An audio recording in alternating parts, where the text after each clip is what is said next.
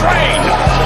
Ladies and gentlemen, fighting out of Las Vegas, Nevada, here is the skill, the highly regarded Devin the Dream Haney. Bud Crawford is a fight fan, and he's a fight fan's fighter. The Ennis Express is a runaway train. Ain't no pressure when you built for this. Man down, round one. The truth hurts.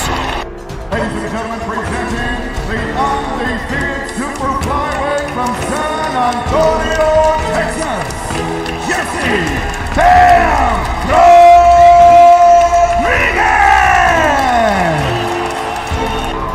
The universally recognized undisputed lightweight champion of the world, Devin the Dream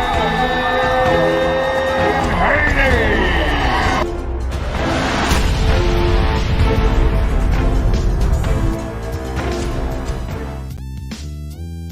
Hey, what up, family?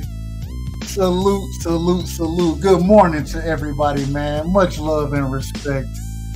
We got an early morning edition of Rockin' with Right Side. Y'all know how we do it, man. We try to jump on. Hey, whenever I get the opportunity, y'all know I want to come in and impart knowledge and wisdom and have a good conversation. You know what I mean? That's what it's really about. It's that conversation that I enjoy and that I love, man. Salute to the family that already came through, man. Y'all make sure y'all smash the like button. Y'all come through. Shout out to my brother Jay Will in the building, man. Jay Will. Right, man. Jay Will always with you, man. Gotta get you right, bro. My bad, man. Hey, it wasn't personal, but it ain't. But we got you right, bro. We got the big homie is in the building, man. D-Ray promotion. D-Ray live on the drive, man. Shout out to my brother D-Ray, man. That's the big homie, man. My brother BC, Brian Corbett, is in the building. Salute, Brian. BC, man. Much love and respect, man. We got my brother Just Dude.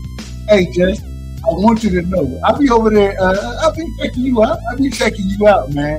And you've been cooking, bro. Like, you've been cooking. I be seeing you over at the Rise as well, bro. Like, I ain't making that thing, man, but you been doing your thing. Keep growing, bro. Like, I'm proud of you, man. Well, who am I to be proud of? Hey, anytime I got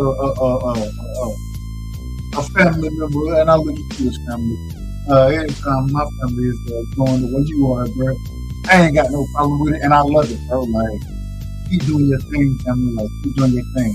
Just like, hey, I ain't always active in the comments like I used to do, but I be listening. You know what I'm saying? So, salute to you, fam. Salute, man. And keep doing your thing, bro. Keep doing your thing. Hey, I gotta find a drop like you got. When you got the AB drop. I'm just trying to give them this just too. Hey, man, that is. I gotta find one of them drops, man. I gotta find one, but much love and respect. Salute to the family, man. I gotta get started, man. I'm gonna go ahead and get started on this thing, bro. I gotta. We got questions. We got questions over here. You know what I'm saying? Shout out to DS in the building, man. Salute to my brother DS, man. All I'm saying, we got questions over here. And it's interesting. It's so interesting to me what's going on right now in the sport of boxing. Everybody knows I'm a Devin Haney fan. We all know this.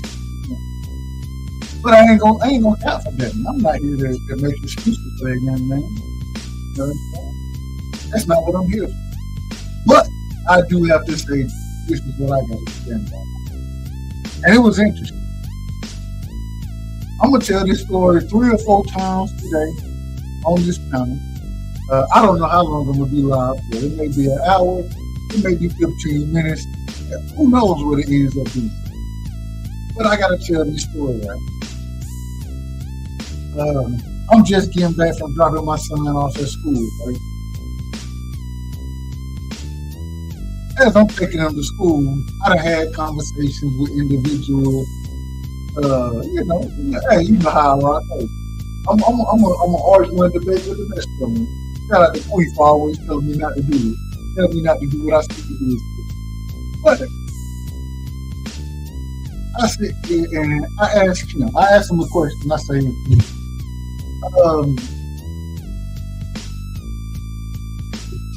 and once again, my son, for anybody who doesn't know, he loves soccer. He loves soccer. You know what I'm saying? I always say he's gonna be a basketball player. I was a basketball player, and he's gonna have the height to do it. We're gonna get there eventually. But hey, soccer is a good way to get your footwork together. You feel me? That's how you get your footwork together. So I ask him, I say, look, man, an individual, right? One of your competition, one of the people you playing against, if we say you can't take this right here, you can't drink this liquor, because this liquor right here is gonna make you faster. Shout out to my brother ATX in the building, man. Salute. Lab life in the building, man. I'm pretty sure straight out of Texas. Pretty sure. So I say, if you drink this liquid right here, it's gonna make you faster. I'm asking my son. My son is 9 years old. 9 years old. Just turned 9 in April 15th. April 10th, excuse me. I asked him, I say, I tell both of y'all can't drink it because it's gonna make y'all faster, right? And illegal stuff. And the other person drinking. I said, what you think about that? Well, he cheating. He know he ain't supposed to do it. He cheating. Of course he's cheating. But then this is where it got deep right here. I said, how would you feel about that if you had to go again? You know what my son said? 9 years old. I put this on my grandmother. My grandma's still alive. I put this on Big Mom. Big Mom passed away. You know, anybody y'all want me to put it on? You know what my 9-year-old said? He said, I feel bad for him. I said, why you feel bad for him?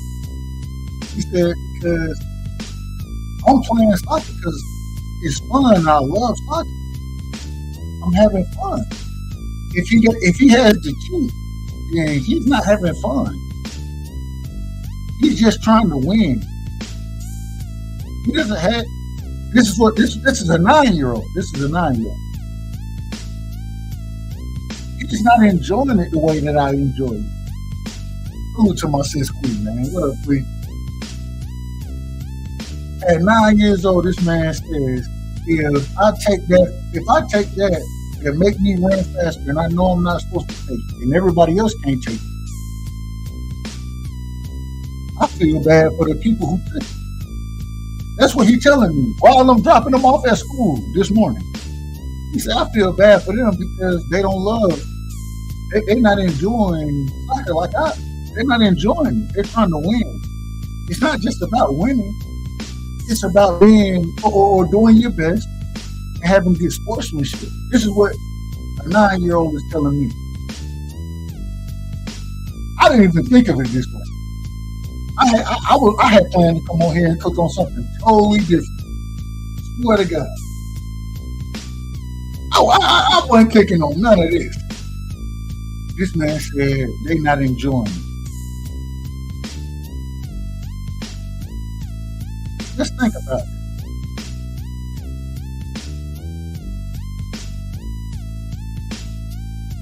A 9-year-old is willing to tell you it's not just about winning.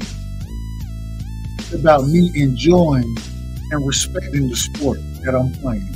This is what a 9-year-old is saying. But I have people out here right now that's defending Ryan Garcia. Cool, you told me to stop talking about this. You said let it go. You said let it go, sis. I can't let it go. I can't let it go. You know, I'm demented. We getting ready to start demented and respectfully, man. Oh, excuse me, demented but respectful. You know what I'm saying? Or should it be respectfully demented? I don't know. One of the two. That's what we're gonna call it. I'm starting a new podcast. Hey, it's gonna be respectfully demented. That's what we're gonna go with. Respectfully demented. But a 9-year-old is telling me that at the end of the day, Daddy, it's more about me enjoying it, having fun, being with my friend. This is what he talking about. Okay, when you get to the higher levels, all right. But once again, he's telling you if you don't have respect for the game, if you don't have respect for the sport, right? Then you can't truly enjoy it. You can't enjoy the sport. And the reason he said he want to play because he enjoys it. That's what he want to do. It's fun for him.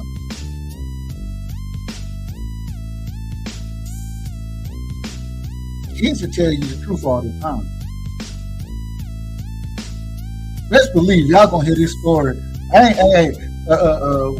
When people jump on, this ain't the first time y'all gonna hear this story today. I'm just telling you. We're gonna talk about this one. But it brought something else to my mind.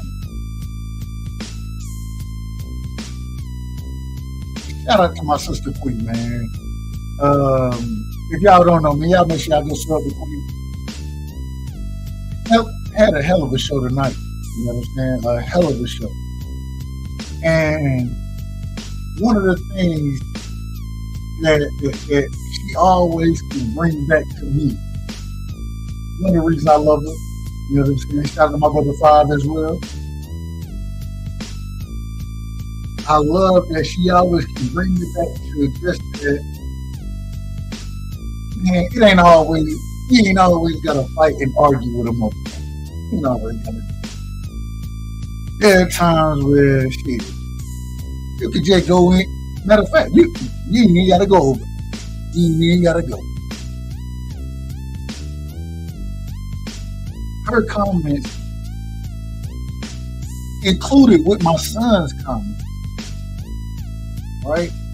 When I put them hand in hand, when I put them side by side, when I weigh them together and allow both of them to interact with my mentor, what I end up coming up with is that all this shit is a facade.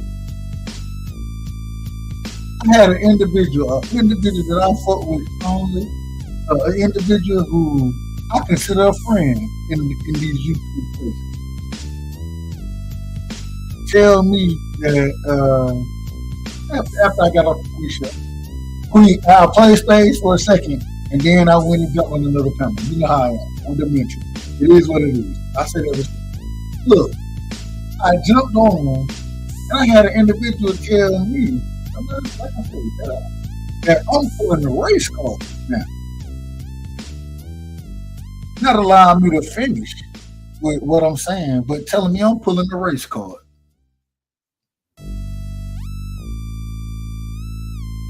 An individual who I done had conversation with, and win, lose, or draw, his favorite fighter, my favorite fighter, regardless, win, lose, or draw.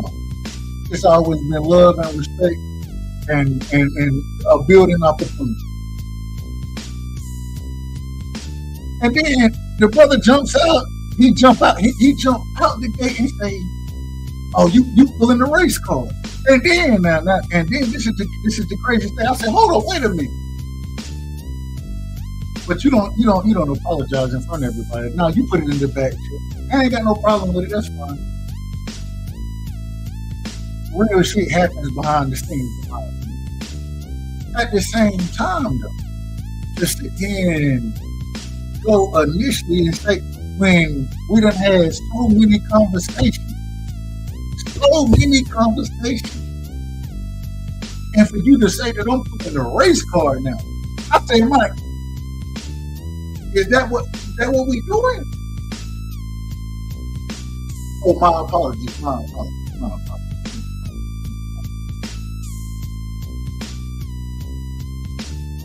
This is what we've got. And so you know what? Hey, fuck it.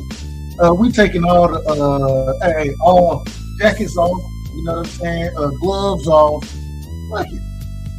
Hey, I'm swinging with the best of them now. I'm gonna swing with the best of y'all. Even though my son telling me right now, don't swing with him, daddy. You ain't got no reason to fight. You right. You're right. I ain't got no reason to fight. But guess what? I'm gonna fight y'all motherfuckers today. Yeah, no. I'm here for it. I'm here for it. I don't want no smoke.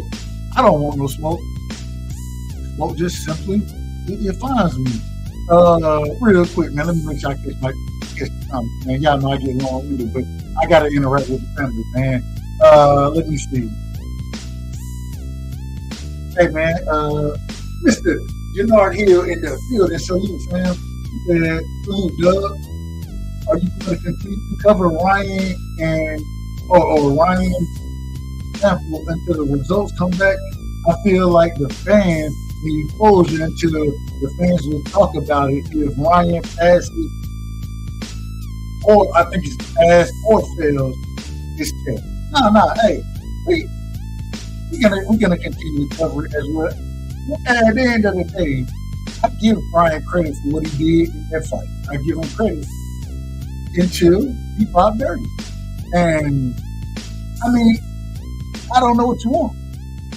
Regardless of what, and even when they came back and said that the nandrolone that he popped, that was originally not known, right? It was inconclusive. I ain't holding him accountable because what did he do? It came back inconclusive. Okay, I don't know how I got there. They don't know how I got there, but it wasn't conclusive that you had enough in your system to say that I ain't got no problem with it. No problem. The B sample, I really don't think the B sample means too much. That's my opinion. The reason being is because the majority of the time, and this is the craziest thing, I get up there and I tell y'all, Alicia Baumgartner, she comes back and she want to say, hey, Alicia Baumgartner popped dirty. She popped dirty. She was never technically cleared. So, I mean, it is what it is. The clearing that y'all want to tell me about has something to do. I don't even do that. I don't even understand. She was never cleared. And it was Tyson Fury, never cleared. Canelo Alvarez, never cleared. Oscar Valdez, never cleared. What's his name? Conor Ben, never cleared. These people, none of these people have been cleared of anything from the B sample. And then 9 times out of 10, the B sample come from the same school of fish that the A sample came from. You're not getting cleared. So, I mean, it is what it is. But we'll wait. We'll wait for it. We'll wait till it comes. We'll wait. Now, make sure I read these. He said, can't apologize for shit you did on purpose. You don't want it back. He explained how. I don't know what he means when you say he explained how. I don't know who. They don't talk about this soap opera, they don't talk about this soap opera for another 6 damn months. No matter the outcome. I agree. That's a fact. Jeff kept getting hit with the same left hook over and over again. I agree with that as well. You're damn right. The man didn't hold the phone worth a damn. He showed the level of ring IQ that I expected from him. Hey, I ain't got no problem with that. At the same time, if I ain't got no problem with that, if Ryan cheated, say Ryan cheated. Both things can be true at the same time. They can both be true. Wait until everything comes out. Nope. Not worth it. Dillian White. Hey, y'all gotta. I really don't know what happened with that Dillian White situation. Was he cleared? I don't know if he was cleared or not. So, I'll tell y'all if I don't know. I ain't gonna be the one who sit up here and say I know everything. So, I don't know. Was Dillian White cleared? Write that down, Davis. Yeah, you know how we gonna do it. You know how we gonna do it, right? So, at the end of the day, man, my thing is I have no problem. I have no problem with saying Devin got his ass whooped. I ain't got no problem with it. But I also don't have a problem with saying that Ryan cheated. I got people telling me the Illuminati When in the sport of boxing have we came out and blamed the Illuminati? This is what they're telling me. The Illuminati has something to do with this. My God. And then I say it's demented. They be like, well, you don't know what you're talking about. All right. Well, if y'all gonna blame the Illuminati, I'm gonna tell y'all crazier than a motherfucker.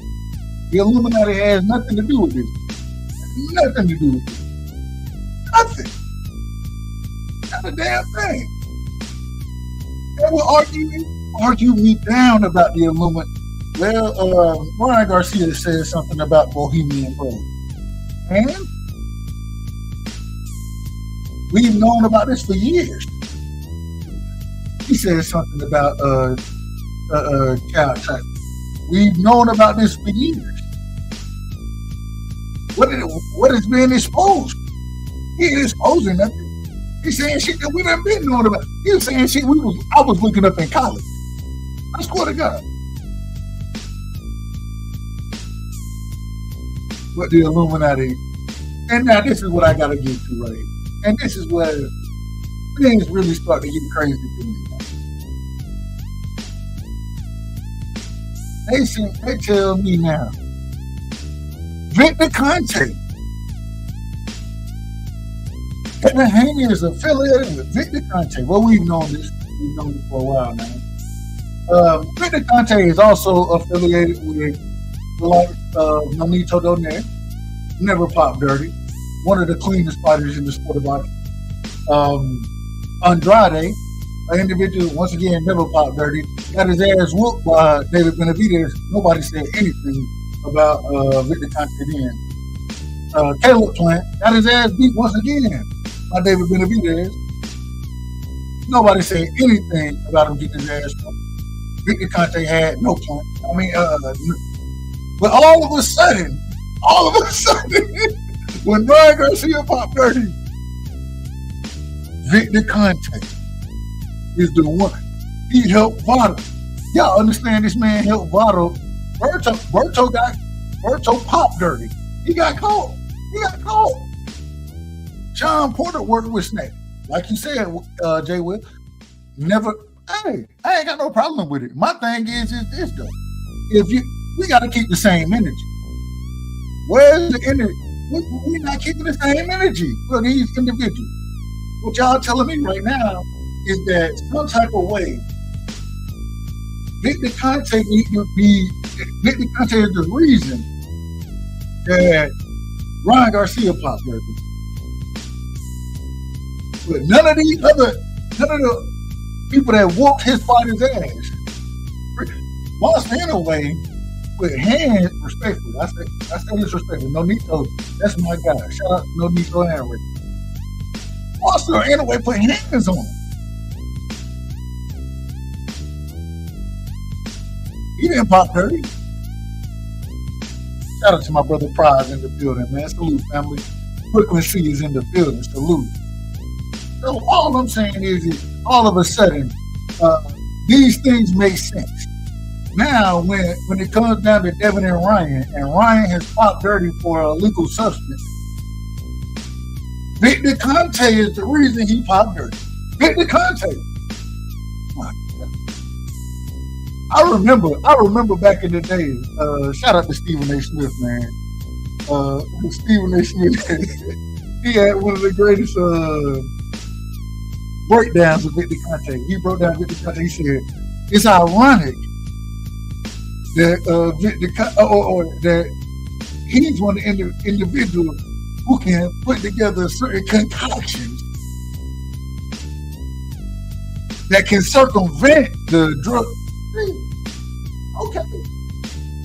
But if you're not going to keep the same energy for these other guys, right? These other people who done fought with this man, then how all of a sudden is when Ryan Garcia popped dirty, the man is drinking, the man is smoking. Let me ask this. Keyshawn Davis, he ended up with a no contest for smoking weed. Ryan Garcia has admittedly smoked weed. drinking liquor. You know what I'm saying? Now he popping dirty for substances. Nobody don't care. My God. You can't make it up. I can't make this stuff up. I can't make it up. And once again, I have no problem. If Ryan Garcia, B Simple come back clean, cool. Hey, you beat Devin ass. You beat his ass. I ain't got no problem with saying that. At the same time, if the man is dirty, I ain't never seen people defend dirty fighters. When did we start defending dirty fighters? When did this happen? Hey, it don't matter how much was in the system. It don't matter. None of that don't matter. That don't matter. He would have won anyway. What? We're defending dirty fighters now? This is what we're doing. God. And this is why I say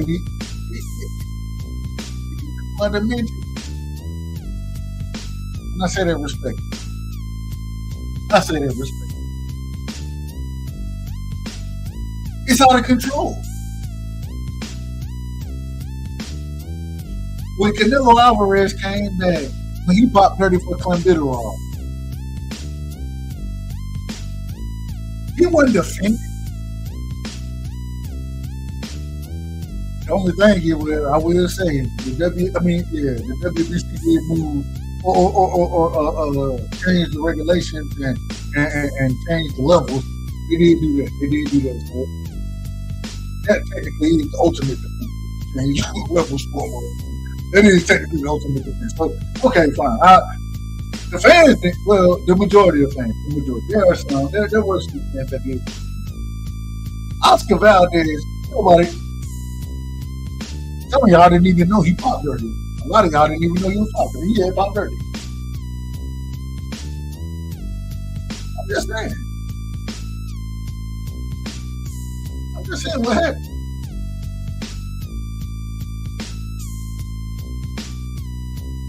When it was Roy Jones, individuals didn't have no problem saying Roy Jones popped dirty. Who didn't have no problem saying that? When it was Shane Mosley, Shane Mosley didn't even pop dirty. He just, according to, there were just reports put out on him. There were just reports that he was working with Victor Conte. When Evander Holyfield, James C, now I know it. Nobody defended these individuals. We said, no, bro, you can't be cheap. This is boxing. This is the hurt game. Ain't that what we call it? The hurt game.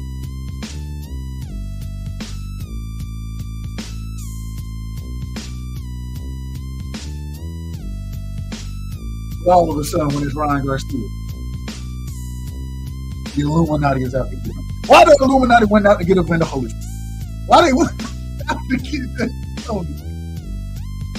I'm just saying, it's the Illuminati. It's the Illuminati. Let me catch up with the chat, man. Okay, y'all know I get the Illuminati is out here, man. I'm just telling y'all. According to the people out here, man, respectfully. I say that respectfully. My brother Jay Will, man, he said, near that fault, or near that in a way, this fought did similar stuff as Ryan. He fell for steroids and came in overweight. Japan banned him, but allowed him to come back to fight in a way. I ain't mad at that. Well, I am mad at that. I agree with you. The coming in overweight stuff, I mean, hey, that's, in my opinion, that's on Devin.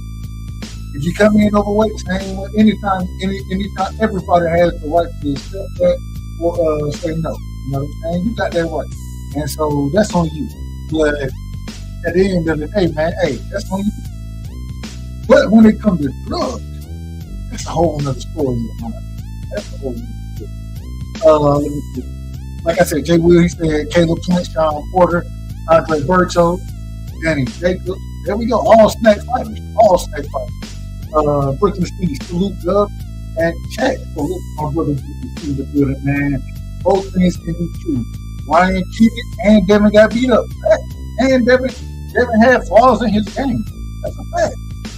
Look at Devin had flaws in his game. It's not it is what it is. That's what happened.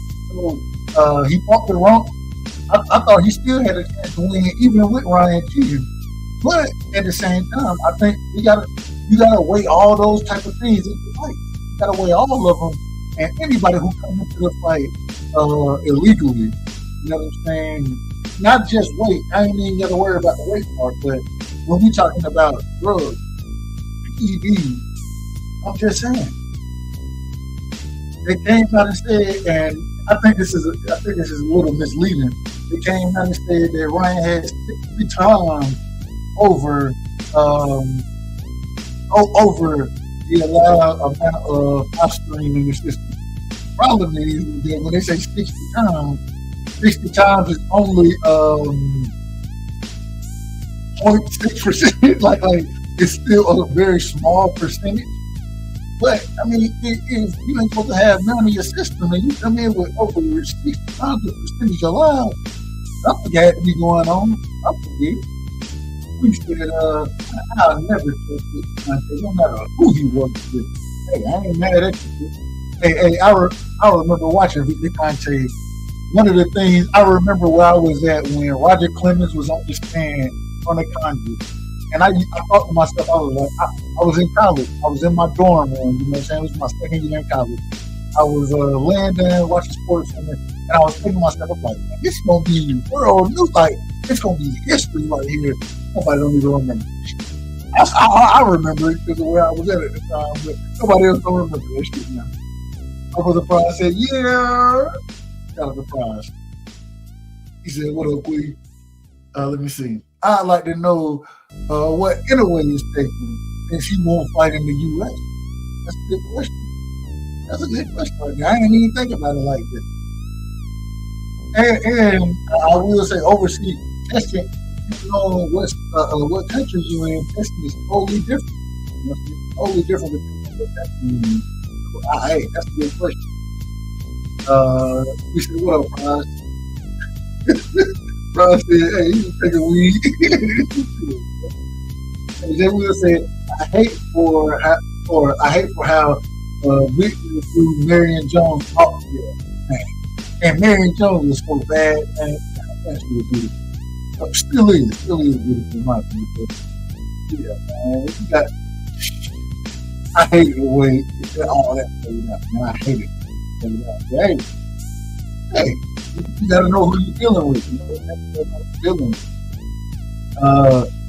it's different for Inouye because he fights in Japan. So yeah, that's what I was just saying. Different drug testing. That's the fact. I expect for the B sample to come out. Me too.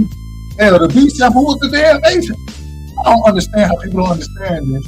Y'all do understand that the B sample was taken from the same stream of fish that A sample was taken from, right? Y'all do understand that. I don't think people understand. That's crazy. I don't think they understand. They defended Alexander Quebec. That's that. Oh, I just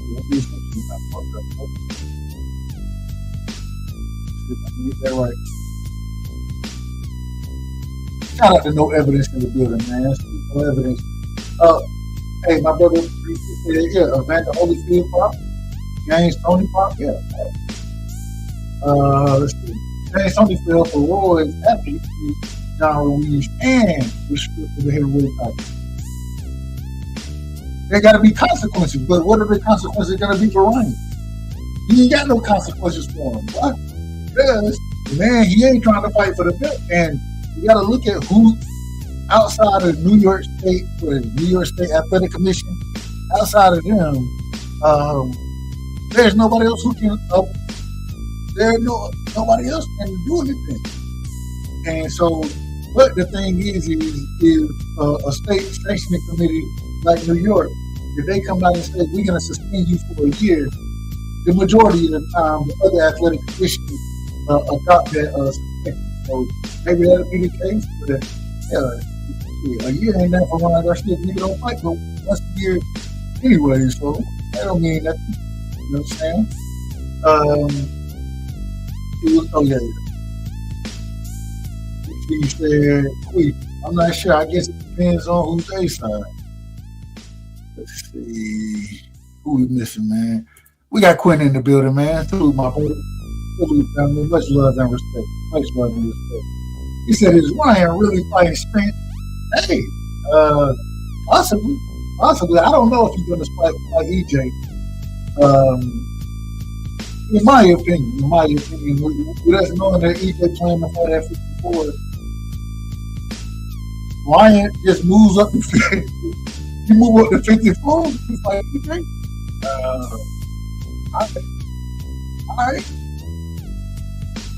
All right. I'll say I doubted him this time. I'm gonna doubt him this time, the next time too. If you move up to 50 for the fight EJ, he getting fucked up. In my opinion, he getting fucked up. Let's see. He said next, they're gonna say somebody lays right away. Exactly. This is the shit I'm talking about. Right here. He said, hey, I ain't never heard it. I've never heard I just ain't never seen this. I ain't never seen it. It is what it is, man. Let me see. He said, let's say Devin pillow fisted and in the same breath, talking about snack. If he pillow fisted, is snack working? I don't know. Hey, yo, duh, no cap. But Ryan is just a better fighter. He exposed himself about Devin. I ain't got no problem with the thing. I have no problem with that, and I agree. I said it from the beginning that Devin showed flaws in that fight. He absolutely showed flaws. You know what I'm saying? So I have no problem with that. My thing is that if I can say Devin showed flaws, then I can also say Ryan cheated. Did Ryan cheat or not? And so, and that's my problem with all of these. I didn't acknowledge the flaws of Devin. I didn't acknowledge them. But y'all are still reluctant to say y'all bring Conte in the Illuminati instead of just saying Ryan cheated. I'm not saying you know evidence. I'm not saying you're saying in general. I'm hearing more about the Illuminati and Victor Conte than just saying Ryan cheated. And I'm telling y'all that yes, every show flaws in that fight. The wrong fight, the man didn't hold the phone well, got caught with hoops, left and right, skin didn't look good in there. I agree. But at the same time, I can also say, well, hell, Ryan was cheating too. I can both things are true. In my opinion. We'll see what happens. Let me see. DS said, DC. Plus, they say Devin was a weight bully too. If Devin a weight bully, Ryan a weight bully. Ryan didn't even make the weight, so I don't even know. I don't even know why weight bully would be brought up in this conversation. My person. Let me see. I'm behind my bad. Let me catch you up. Shout out to 2 Cent in the building, man. Salute 2 Cent. Damn, the music too loud. Let me turn the music down, man. I apologize. It's too loud, man. You got it kicking too much out here. Not bad, man. You know how I am, man. Hey, it's early in the morning, man. We right. Let's see. DC said, Haney is from the Bay Area, so obviously he'll take snack out. Damn, DC. I mean, DS. I keep saying DC. DS, man. Salute, man. Anyone can buy those snack supplements. Facts. Anyway, fought 4 times out of America from 2017 to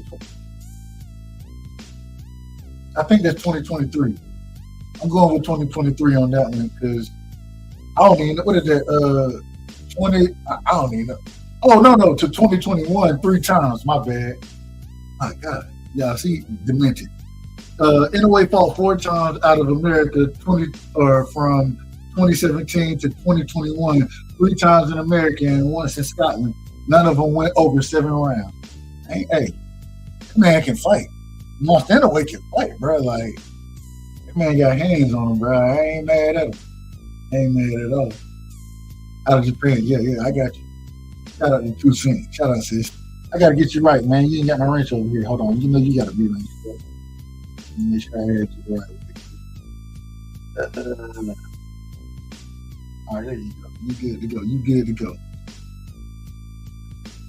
Jay Will said, as long as I've been watching boxing, the drug test like one big soap opera. Yeah, there you go. So many loopholes. Yeah, there's too many damn loopholes in the sport of boxing. I agree with that too. I think it's in a way liver shot that always gets the KOs. Yeah. Hey, he got to get. Hey, he worked the body well. The man can fight, man. People are talking about. So they're talking about Tank. Before Tank, I think he'll fight Bam Rodriguez. Man, that's the fight, bro. I'm a huge Bam fan. I'm worried about Bam in that fight against Inoue, bro. Like, I think Bam got a good chance, but man, that's a tough fight for Bam, bro. But I want to see it. I ain't got no problem with it. I still want to see it. Let me see. Yep. Yeah, he stopped Des Martinez in Vegas third round with vicious body shot. Yeah. The boxing kangaroo. Doug, my brother. I hope we good. Hey, now, Carl. I'm hurt, bro. I'm hurt. I'm gonna be honest with you. Right? When you ever known me to be when you ever known me to play the race card in boxing, bro? I talk boxing like boxing, nigga. You know I talk boxing like that. And I will say I was offended. I understand it. It kind of no wore off. But I was offended. But I was offended by what you said and I understand, man. You always my brother, so it is what it is. But I did feel some type of way about that, bro. Like, when you know me to play the race card like that, bro? I ain't playing no race card, nigga. I call it down the middle. I ain't got no problem saying Devin. And that's the crazy thing, bro. Like, I did feel some type of way about it, but hey, I understand it, man. It is what it is, bro. You know what I'm saying? You still my family, so hey, we all say things, and hey, it is what it is. 2 Cents said, yeah, two things can be true. Ryan cheated by taking banned supplements to lose weight, and he exposed Devin. Whatever he took wasn't even a steroid. All right, hey, I got you. I hear you. I hear you, 2 Cents. I'm gonna have to drop the link today. Damn, I'm gonna have to drop the link. What time? I got time. I can rock for a minute. Let me see. Jay Will, he said, shout out to the Aussie, man. Hey, and shout out to my brother Carl, man. Carl, you my brother regardless, bro. Like, I don't take it personal. I don't take it personal whatsoever. You know what I'm saying? But it is no but. You know what I'm saying? You my brother. It is what it is. Shout out to the boxing Carl in the building. Shout out to Ill Status, man. Salute to my brother Ill Status, man. Let me see. They said, Inoue special gift of speed, power, and athleticism. Man, that's crazy. Yeah, he got it. He do got it. Now I can't. Yo, Carl, my brother. Yes, sir. Monster, that man can fight. He can fight. I want to see. I don't know what that meant. I don't know on that one. Bam, hey, that's a great fight, bro. Bam Estrada, that's gonna be a hell of a fight. It's giving Bam the opportunity to go ahead and clean up those older guys, bro. He cleaning them up. He already got Quadras out the way. He got one of my favorite fighters, Rumvas, out the way. Now he going for Estrada, Chocolatito. If he do that, then that alone is greatness in itself. That alone, especially at the age that he is, that's greatness in itself. Yeah, yeah, man. El Gallo don't fight worth a damn. He don't never. He ain't active worth a damn. Bam too small for Inoue, ain't he? Possibly. Possibly. I don't know. they all around that same weight class. You know what I'm saying? And my problem is with them lower weight classes. Shit, what I mean from. In my opinion, from about 112 to 126, you a hot dog away from being in any of them weight classes. You know what I'm saying? And I do understand that them lower weight classes, I do understand that weight kind of moves around differently there. But at the same time, I mean, my God, you know what it is. I think Bam would be the next big fight. You know what I'm saying? Possibly Tank, but. Yeah, hey, we'll see how Bam moves, though. We'll see how Bam moves. Let's see. Yeah. Nah, you good, bro. Don't even worry about it, bro. Don't even worry about it. He said, hey, I ain't got nothing but love for you, my brother. You know it ain't nothing but love, bro. You know it ain't nothing but love.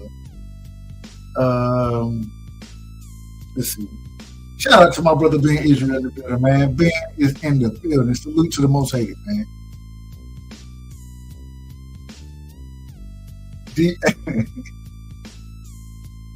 Let's see.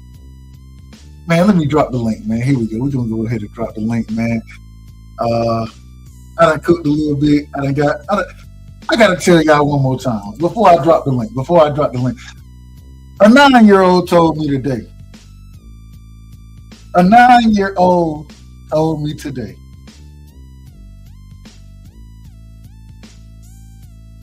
If an individual that he's playing soccer against cheats, he feels bad for that individual. Because that individual don't love the sport. He's not having fun. This is what a 9-year-old told me today while I'm taking him to school. That's a fact.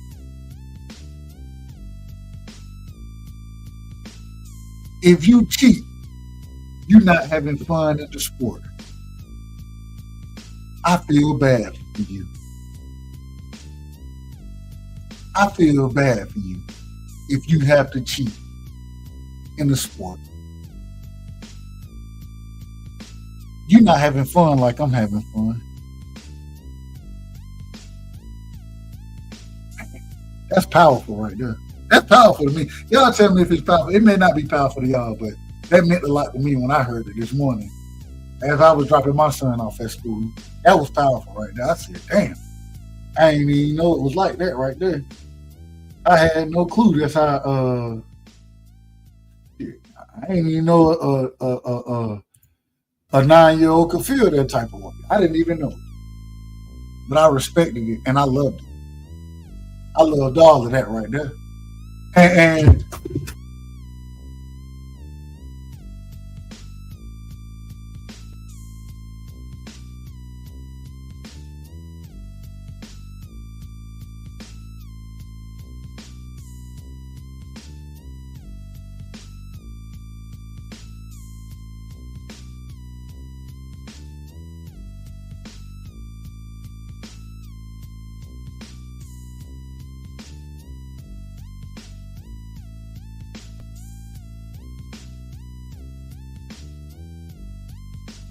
I done kicked myself out my own damn show. I don't know how I kicked myself out my own damn show. But when a 9-year-old tell me that right there, that's powerful to me. That was powerful. It gave me a whole different perspective on how I look at things. I got my brother Carl in the building. I got the big homie D Ray in the building as well. Salute, family. Much love and respect. I appreciate both of y'all jumping on this morning, man. Man, let me know what y'all got, man. Carl, it's on you, my brother. Hey, Dub, I wanted to apologise, bro, because you know me, fam, and I jumped the gun. I thought that's where you were going with what you were talking about Devon earlier. But you know I'm not wide like that, bro. And I meant nothing. I meant nothing by it. It's water under the bridge. You know, I don't hold grudges, man. At the end of the day, man, you my brother. It is what it is. Yeah, I'm not wide like that, bro. I'm not that type of dude. But anyway, man, I'm here to eat my crow, and Yeah, I jumped the gun, brother. Jumped the gun. And Hey. hey, mate, and if Ryan's a cheat, man, he's a motherfucking cheat, bro. And give that man his O back at the end of the day. My thing is if he cheated, he cheated. If he didn't, he didn't. The same way I'm gonna criticize Devin as far as I know. What he did in the ring. I'm gonna be critical of Ryan as well. And so, but I want to ask you, like I said, my son, when I dropped him off at school this morning, when he brought up that part of if you cheat, you're really not having fun and you don't enjoy the sport. What's your thoughts on that piece of it? That said something to me. I didn't even expect to hear that from him, to be honest with you, when I asked him about it. Hey, mate, kids have a way of putting things that, like, you want to talk about perspective, bro? Kids have a way of just making you sit back and go, why have I been trying to do anything but what these kids say, man? Like, kids don't know how to lie, mate. Kids don't know how to feel prejudiced. Kids don't know. They got to be taught that shit, mate. And they're the purest examples of humans that you will ever meet. They got to be taught to lie. They don't know how to lie. They're not born liars, mate. Kids are the most purest example of humans that the world will ever meet, mate. And I love being humbled by my kids, mate. I'm humbled by them all the time. I've got 3 girls, brother. I'm humbled by my children all the time. All the time. And I don't mind it. I don't mind it because it keeps me honest and it keeps me up front and square. And you're right. They keep you honest, bro. They keep you honest, but they also bring a level of. Hey, how did that make you feel, Dub, as a father? What you instilled in that young man? How does that make you feel more than anything, brother? As a father, as a man raising his son to be the best example of him that he can be. I know what you're like, bro. I know what you are, Dub, and I know what you represent, man. And that's why I got nothing but love for you. And I know that you're doing it as a single father, mate. I know what you're doing, and you're a fucking good. You're a fucking good man, Dub, and I love you, man. Like, No. I was still shocked. I was still shocked by it. I was still shocked because. Yeah, but you instilled that in that young man. You instilled those values. But the thing is so when I'm presenting, like I figure, when I'm asking them, I figure you're gonna say, yeah, no, if you did that, you cheated. But proud, but when he said that piece of it, it was something that I didn't even think about. If that makes sense. I hadn't even gotten to that. I hadn't even thought about that part of it. And when he was able to, when he said that, it was a proud moment. It was I don't know. BC is right now. Brian Corbett, and I hit Brian. You know what I'm saying? He had just hit me up or whatever, and I hit him right back, and it was a shocking moment almost, where I was like, I just didn't expect it. Because I didn't see it that way, right? And me and my son, we see things the same way a lot, but the way he saw it versus how I saw it, and what he said, like it was crazy. It was crazy. How old is it? How old is that young man? 9. He's 9. He's 9. Wow. Yeah, but it was. That's cool, mate. That's cool. But it was. I was excited. I was happy. I was. You know what? As a father, hey, listen. As a fellow father, mate, let me tell you that's pretty cool. When your son can have those type of thoughts, and that's instilled from that's what upbringing is, mate. That's how you bring your kids up. But I just didn't see him saying, I didn't. No, but he sees his father. He sees it. I didn't see it. Hey, right side, he sees what you do, mate. He sees what you do. He sees what you do. And you know what? You are the man to that boy. You are the man to that boy. Hey, I try my best. Hey, I do the best job I can. And sometimes I always, I will say sometimes I think it's a shitty job, but I do the best I can. I do the best I can. So, D-Ray, man, you in the building, man. Yeah, absolutely. Yeah.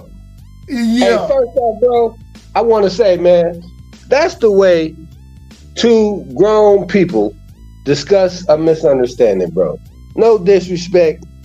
And I appreciate that, man. And y'all show them that's how you drive, bro. You ain't got to sit up there and be calling names and get disrespectful. And you know what I mean? Like grown folk, man. Salute, bro. It ain't nothing but love. It's nothing but love. I know that. My brother. Hey, you know There's what? always misunderstandings, but it's how we come back from that is the key to developing positive, real relationships. Go ahead, bro. 100%. And that's why I'm a man and I stand on my square. And hey, when I fuck up, man, I own every fuck up I've ever made. I am a man and I stand on my square. I'm not a racist motherfucker. I am the most furthest thing from that. And you two brothers, I've spoken to you at length for a long time over different types of shit, man, outside of boxing. And yeah, I just wanted to get my point across the right side that I don't mean any disrespect, and I'm nothing but love here, bro. Hey, you know it's all good, man. It's all good.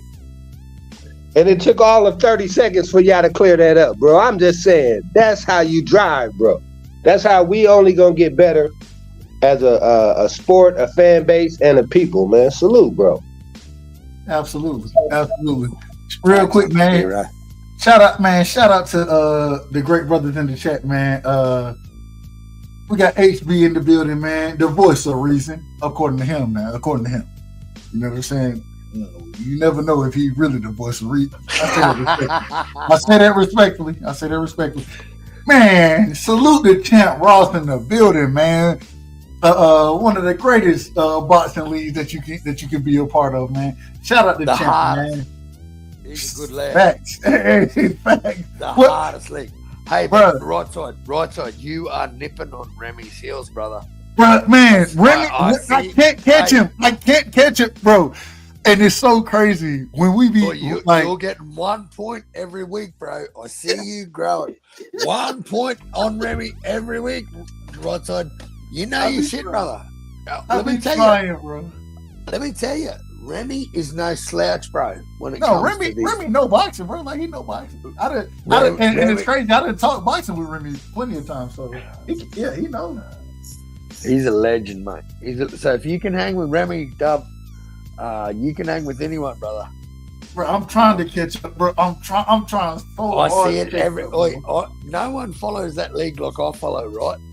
But I'm telling you now, man, like you are nipping at Remy's heels. What do you got? 7 points or 6 points? Yeah, and it's crazy because I'm gaining I'm putting space between me and everybody else. But I'm still behind him. And I'm like, he does not fuck up, man. Remy no boxing. He picks solid, man. The man makes solid picks, bro. And it's so interesting because I'll put my picks in, and then I go look at everybody else's picks, and I'm like, God damn. Me and Remy always be a round off, 2 rounds off. You know what I'm saying? It's never nothing crazy. And I'm like, man, I need it to be something crazy for me to catch up. You know what I'm saying? So yeah. Man, but you're nipping. Shout out to Raider in the building, man. Shout out to Raider. What up, man? Good morning, guys. Good morning, sir. How you feeling, brother? I'm on another beautiful day in LA. What can I say?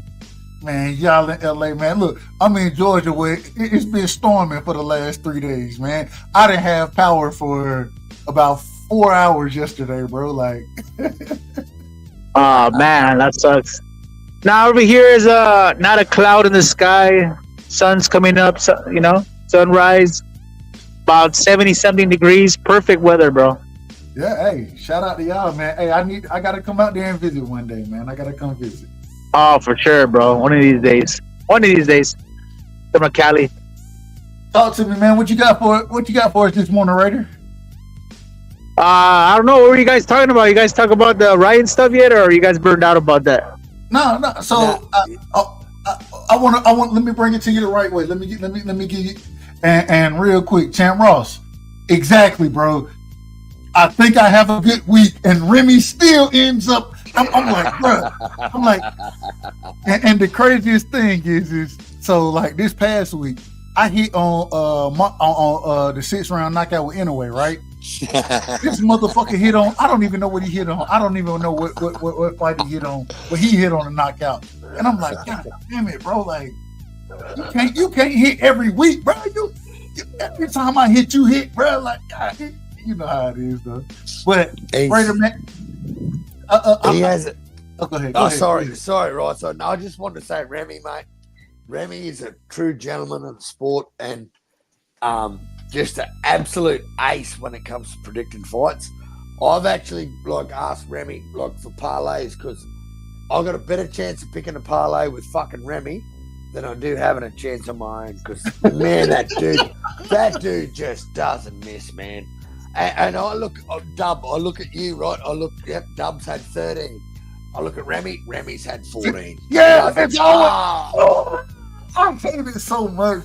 And then even when I have a good day, like he's one behind you. He's only 1 point. I'm like, man, I can't get away from this motherfucker.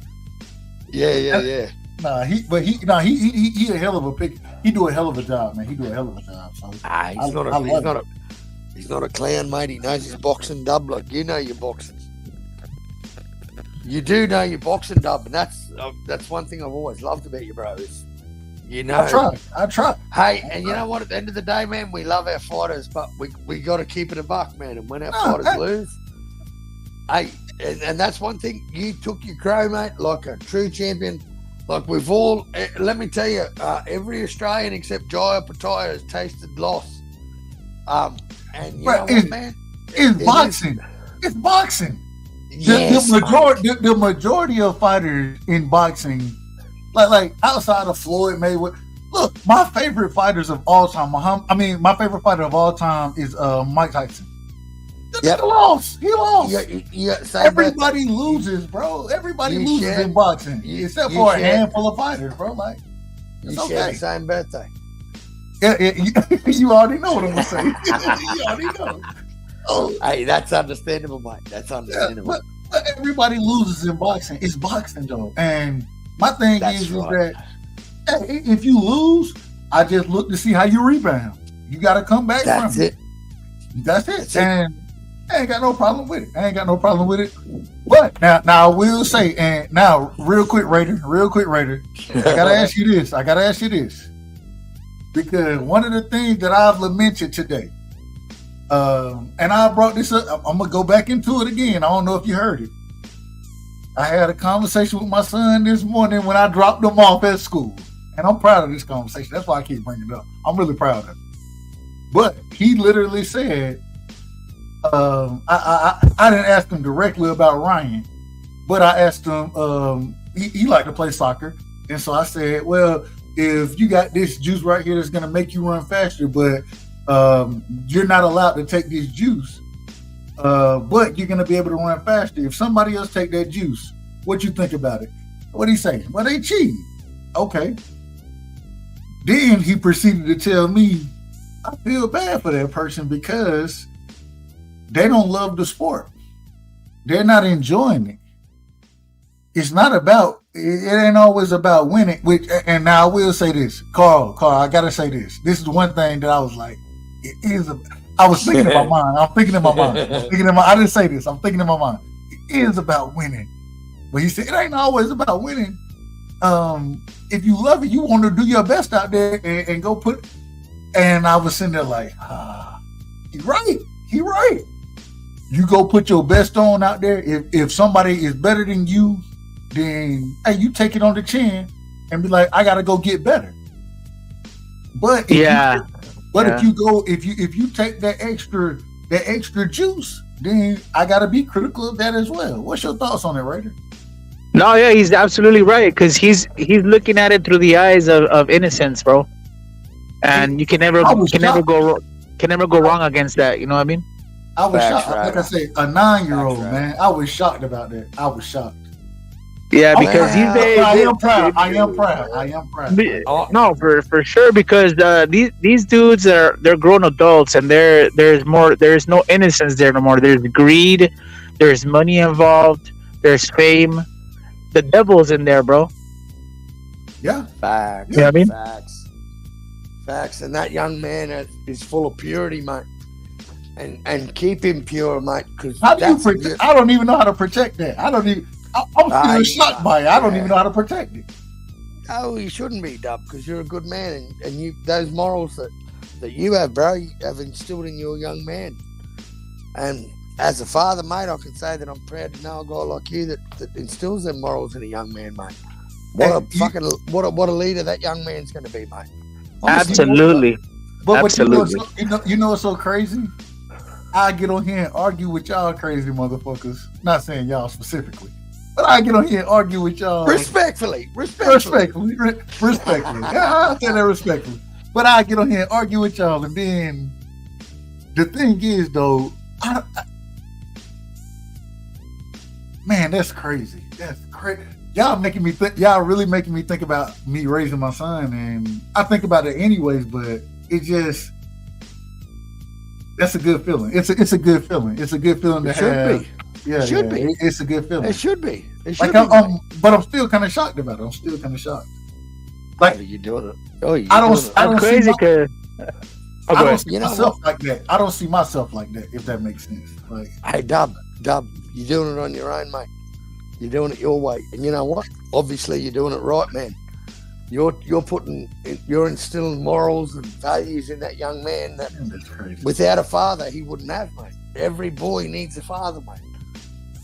Every boy needs a father. They need a fucking role model, mate. And appreciate that. I'm proud to say that fucking I'm a friend of yours, bro. And I've seen you, and I've known you raise this young man for a long time.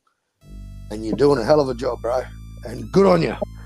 Fucking cheers to you, right? Because you're a good man, and you've always been a good man, brother. Appreciate it, man. You know what? I never expected anything less. If I'm honest, I never expected anything less. I got a 9-year-old too. I'm gonna ask him and see what he says. You got yeah. Well, 2015, baby, 2015. So. Mine's is 14. 2014. He's gonna be 10. He's about to be 10. He's about to be 10. Okay. Yeah, he'll be 10. Yeah. Mine just turned 9 in April, so April 10th. So, man, salute to you, man. Congratulations. I got it. Yeah, no, for sure. But hey, I'm heading into work. I just wanted to stop by and say what's cracking. But I'll go back on it right now in a little bit if you guys are still on. You know what I mean? I'll be cooking for a minute, man. I'm cooking today, man. I'm cooking. All right, for sure. Always good to talk to you, brother. All right, for sure, man. All right, then. Take it easy, bro. So, but Uncle D-Ray is the man of Omaha. He's the poster. He's the pin-up model of fucking Omaha, Nebraska. Hold on. Hey, hold on, Carl. I gotta cook D-Ray, man. I gotta cook. You know why, right? Watch this. Hold on, Carl. Watch this, Carl.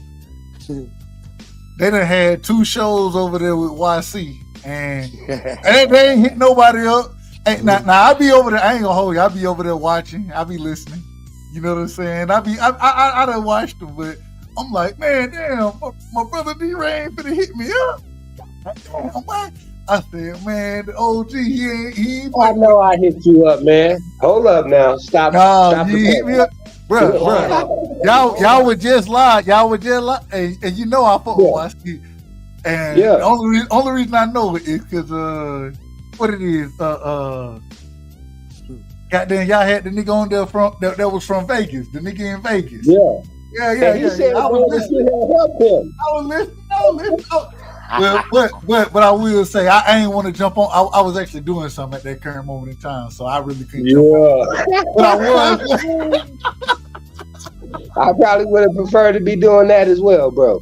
Y'all was cooking, bro. Y'all was cooking. I Like I had a good convo over there, bro. Like I had some real niggas. Oh, for sure, bro. Hey, but check this out real quick. I just wanted to say this though, bro, because you're talking about trying to protect your son, right, and keep the innocence and all that. And I can't say that you necessarily can do that, but what you can do is equip him with what being a real man is. You know what I mean? Your values and your morals, and so when he go out there, he see and know that. He might not go through a situation that's not exactly what you've been through, and here's the thing though, bro, and he know he can always come back and talk to you about advice, bro. So as long as you have a great relationship with him, man, hey, you're doing the right thing, bro. As long as he talk to you before he make them major, decisions or, a mistake or something like that, bro. But go ahead. I look at it this way, bro. Like, I think he's gonna fuck up bad. And when I say bad, I don't mean like. Hold up, man. Hold on. Listen. When I say bad, I don't mean jail bad. I mean he's gonna make some big mistakes in life because we all make big mistakes in life. You know what I'm saying? And so my thing is I just want to make sure that he know how to recover from them and to make sure that.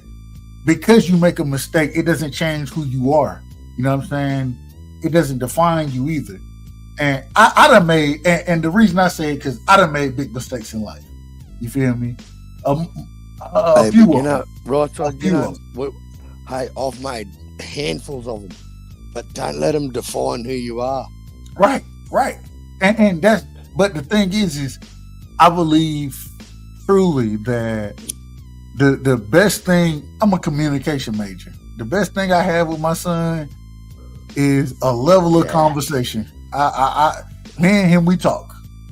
That's cool, bro. It be sometimes I'll be like, bro, what the hell are you talking? And I will say it exactly how I just said. I'm like, bro, what are you talking about? But at the same time, he understands. I expect a certain level of thinking from him, and that's what I need from him.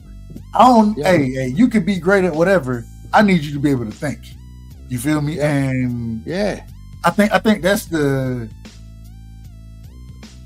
it's the best and worst thing. It's the best and worst because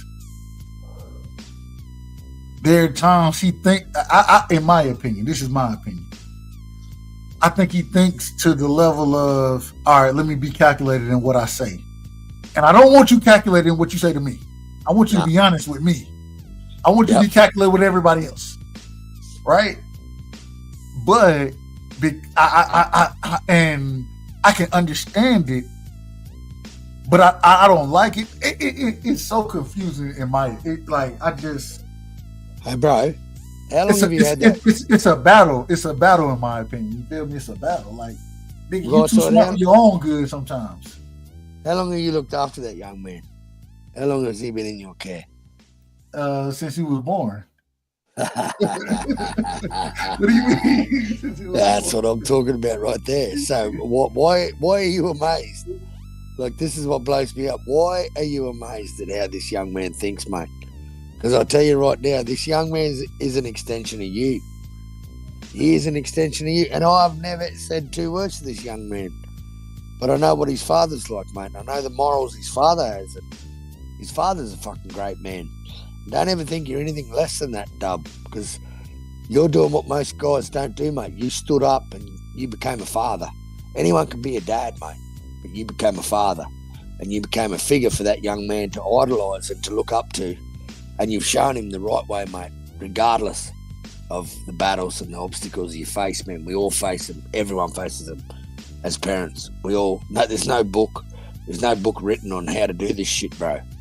None. You just do it. You just fucking do it.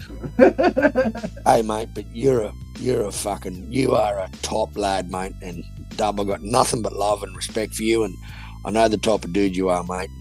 I hope one day when I win Powerball, bro, I'm coming through there on the short bus and we're stopping on station. Hey, we partying. Hey, look, we going from Atlanta straight up to goddamn Omaha. And I'm playing, and we're picking Uncle D-Ray up. Uncle D-Ray's got them fishing poles ready. He's gonna have them baited with hot dogs. Hey, D-Ray really can't. He really can't fish. What you He don't really know? He really can't fish. Hey, look. Hey, but I can have fun while y'all catching fish though. Hey, see, country individuals like myself, we could real quick. I got to do this the right way. I apologize. I got to apologize to everybody. I got my brother Ill Status in the building, and one thing y'all know, my brother Ill, that's the family, man. Salute to my brother. What's up, fam? How you feeling, man? Right side, what's good, my brother? I'm listening to you, good brothers talk. Salute to Carl, my man, D-Ray. You always spitting that dope boxing information that we always need to hear. Salute to my brother. No, he not. Don't. Hold on. Yeah, you can't get up here. Hold on, you can't get up here and lie. You can't get up here and lie. Look. D-Ray spit. Bud, if it's Bud Crawford now, if it's Bud, that's what I want to hear. All right, with my man D-Ray. You can't argue with him, man. You can't argue with him, right? But I will say, if you gonna argue for a fighter, I ain't got no problem with you arguing for Bud Crawford. Respect. I ain't got no problem with it. I ain't got no problem with that. But what one thing that I did want to drop a little gem to you, brothers, that you was talking about earlier about your parent. Oh no, go ahead. Well, go ahead. That's what we for. When I like to study everything. I'm too much of an analyst. That's probably why my name is Ill Status. But my parents used to teach me a lot of different things, and I seen the goods and the bads out of what they taught me. And I learned to just give my kids a certain amount of freedom that they could explain to me without me being a judgmental person at the end of the day. Because as our relationship grows, I'm going to grow from being a parent to the communicator, to the advisor, in a sense. So I have to understand, being a parent, that they're going to go through things, but I just want to give them a leaps and bounds of what they could see ahead of time, so they don't have to make the wrong decision, versus a child that didn't see anything or wasn't warned about things ahead of time, what to watch, friends to watch.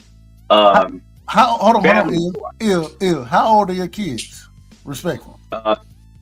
13 and 12. See, this is and I think this is the difference. Well, I ain't gonna say the difference, because, and I'm gonna ask, is the way you think of your children now, and how or what you have to do to keep them on the right path. Not saying I think you have them on the right path anyways, but to keep them there, do you think it's different from what you had to do previously when they were 7, 6, 7, 8, 9? No, because I had nephews, right? When I didn't have kids, like before I had my kids, me and my wife was together like 7 years before we had kids. So I was still a parent, but it wasn't to my own kids. It was to my sister's kids, my brother's kids, and stuff like that, So I was like the dope uncle that they'll want to spend a week or the summer with, or something like that. And I learned just how our family was raised. By my brothers being raised the same way I was, my sisters being raised the same way I was, that my nephews and nieces is now in their 30s.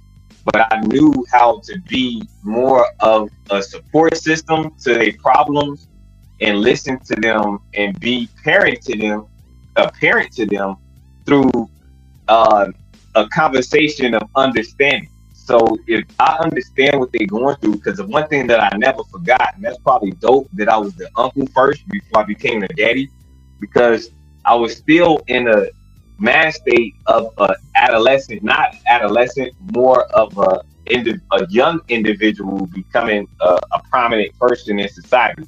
So that's what the system develops us to do in this current stage in time, is to be productive in society. So when you're trying to produce the youth to think that way, because automatically they think the only way that it is supposed to be done, to think radical, outside the box, make changes, innovate things, become a leader in your own right, become an inventor in your own right, set the status quo in a sense, right?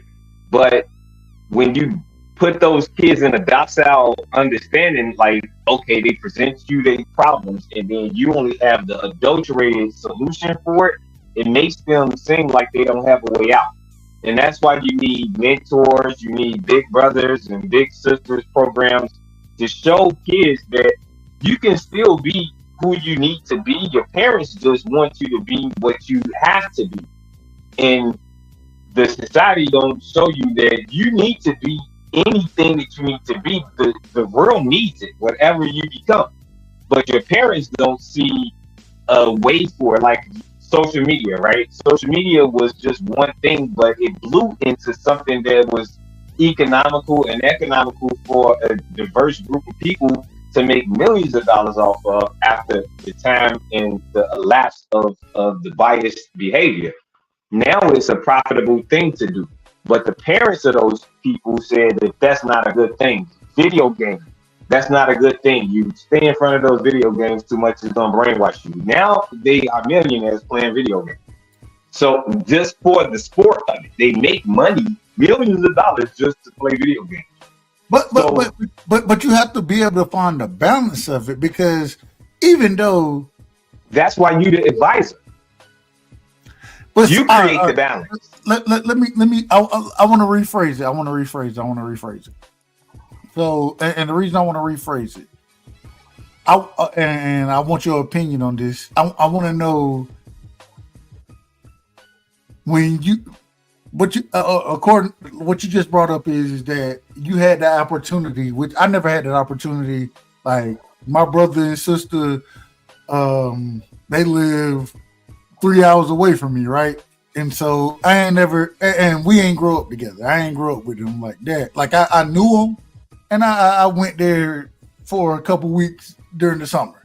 That was the time we spent together. My brother might come kick it with me for a summer or something like that. But outside of that, we ain't really rock like that. So I never had that. I ain't never had that opportunity to have the nieces and the nephews really gaining because even the way you speaking on it, correct me if I'm wrong, but you would look at that as somewhat of parental hold on, how do I want to put it? What's the word I want to use here? Parental experience gained from dealing with those individuals, right? But it's based off of genuine love. Like when those kids came out, I was 12 years old. No, I agree with that. But at the same time, you even regardless of how you were, and I say it respectfully, but even if you were 14 and they were 10, there was still a level of guidance that you were able to provide, right? Right. Yeah. And that happened. I mean, continuously. I look at my brother and my sister. I never was able to get guidance from my brother. I tell him today, I'm smarter than him. He older than me. He 2 years older than me. I always be like, bro, I'm smarter than you, nigga. I don't give a damn what you tell me. I'm smarter than your ass. My sister though, she 2 years older than him, 4 years older than me. Kedra got a level of mom of that momship in her, if that makes sense. Where I could be smarter than Kedra, but she just wiser than me. She knows shit that I love. She took on the matriarch. She the matriarch of the family. Like whenever I would come and when it was just us three, I would come stay. Whenever I went and stayed with them, then Kedra ran shit. You know what I'm saying? Me and Ryan got to do what Kedra say. So essentially, me and Ryan end up being on the same level. And even though he 2 years older than me, but Kedra 2 years older than him and 4 years older than me. And the great thing is that she gonna be on my side with whatever I got going on. I don't know why, but my sister loves me. So yeah, hey, that's the thing though. Like when you talking about a family though, a family oriented system, even though y'all fall apart, you still hold that same grace and that spirit, right? Yeah, so when she had kids, they still look at you as you somebody because of how she regards you. Yeah. And that's the same for me. You know, I understand that because my sisters, when my mother died, I was 23. But my sister was older than me. I'm the youngest. So they still was there for me as if they needed to make sure that I was okay because I didn't have my mother and they had their mother when they was that young. I didn't. So they made sure that they still stayed somebody to me, even though they couldn't replace my mother. So they did have that, the family thing about it, but I still understood that even though my sisters got married to dope dudes, there's my brothers right now, they still needed me. They still needed, because they was older than the kids that they had. I was only 12 years older than a son, or 14 years older than a son. So I was able to relate to them in the times when they 14 and I'm only 28. I can still relate to them because I'm more closer to their age than their parents are. And parents are telling them something, but I understand what it is to be just fresh out of college or fresh out of boot camp and or the military and things of that nature, to understand that I was there before. And I laugh at it, we'll have a good time and talk about it, but it gives them a release system to say that it's not the end all say all with my friends, it's not the end all say all with my parents, it's not the end all say all with my siblings. I have other ventures that I can go to. And that's what being a support system is about. That's what parenting is about. When you're trying to build a relationship with somebody that's going to be telling you, hey, you can't do this later because it's detriment to your life when you get older and they watching out for you. And that's what you're trying to build. That's one thing that a community in America don't understand is we try to get rid of our kids at 21, 18 and all of that stuff when the wealth is developed in the land that you brought, and then the kids keep it up and take over it and make sure that you took care of through the process. That's how expand it. Right. Of course, because they have better ideas, new ideas, and they're gonna grow off of the knowledge that you instilled in them. So like a lot of things go in a certain way, but it all goes back to the art of family. When you have a family, you know how to be a good neighbor. When you know how to be a good neighbor, you know how to fellowship. When you know how to fellowship, you know how to. So I don't mean to cut you off. I don't mean to cut you off, but this is perfect. This is perfect, and the reason it's perfect is because I got my brother D-Ray up here. That's my big homie right there, and we do a political show. We didn't have the opportunity to do it for the last 2 weeks. So now we got an opportunity to talk politics real quick. Ill Status, are you okay with talking politics right now? Of course. Yeah. Here we go. All right. So I want to ask y'all a question. D-Ray, I'm gonna go to you first, then Ill, I want you to answer next. And what Ill was saying was fantastic. I agree with a lot of what he was saying, especially on understanding land transfer and expanding as far as a family goes, right? This is what we've seen. This is how a lot of people gain wealth in this country, was by being able to expand their land. And a lot of times it came because you had livestock, those type of things, and you needed to be able to transport them between different lots, those type of things. So you would buy different acres from other individuals, rent them out. However, it would be some type of partnership there, right? So my question is this right here. Do y'all think that what we're currently at in today's society, have we got too far away from quote unquote the nuclear family? Oh, absolutely. Are we too far away from that to recover, in y'all opinion? D-Ray, you first, and then we're going to you. Well, I don't know if we too far to recover, man, but it's getting late in the ball game, bro. We better do something. You know what I mean? Because I can say with us, probably the generation before me, the generation after me, to whatever, we had good mentors and role models, and one thing I always love, speaking with you, Dub, you always bring up your grandma, you know what I'm saying? And I love Pokemon. I love Pokemon.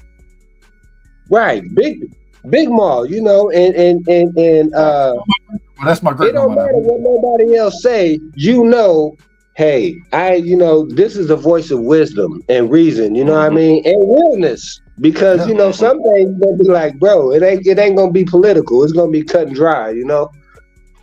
And see, and that's the thing too, though, that I love about what Il said earlier, bro, about not having judgment on them, because it's so easy and quick to be like, nah, man, this, you know, and a couple times, bro, you know, with their reason, you got to kind of let them bump their head or whatever. But in a way, bro, it is kind of like too far, kind of for the nuclear family, in the aspect of there's a lot more same, you know, getting along, bro. So, you know, that dynamic has changed. So, you know, I don't know what the... Go ahead, bro. Hold on.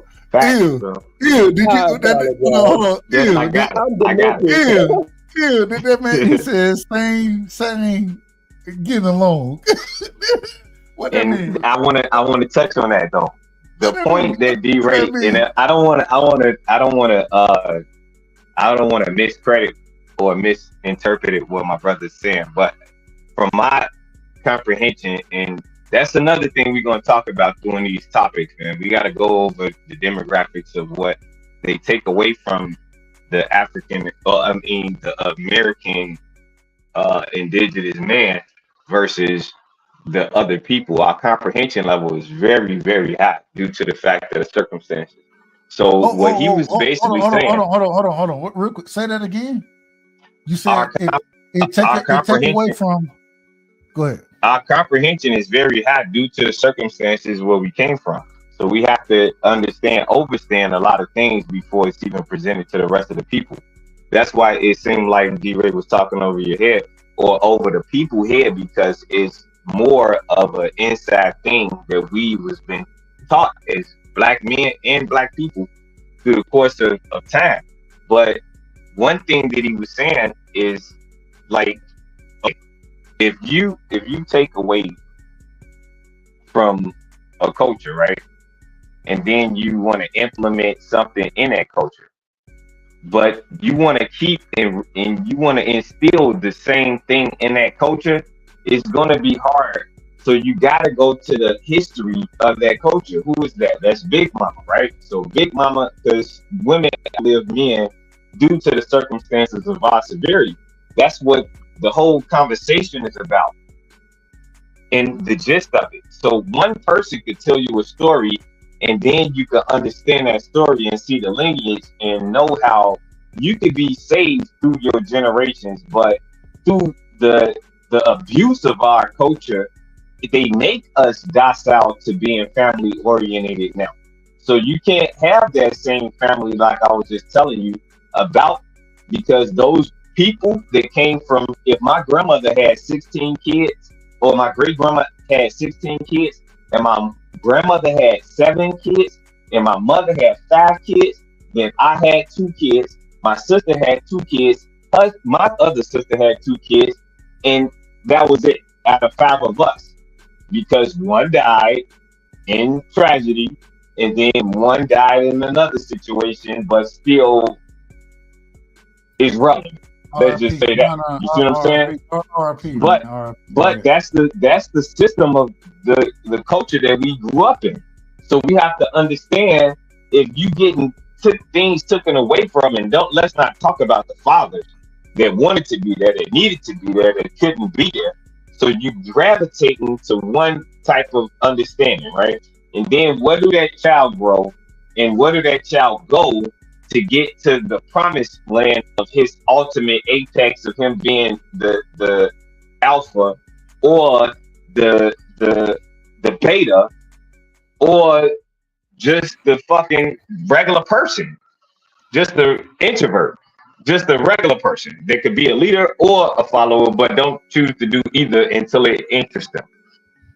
You develop that in the homes, but when the world is against all of those people simultaneously, they only got their family to uplift them until they get to the other parts of the world, which we call the streets. And then the streets uplift them in a so-called negative way, but it's still a conglomeracy though.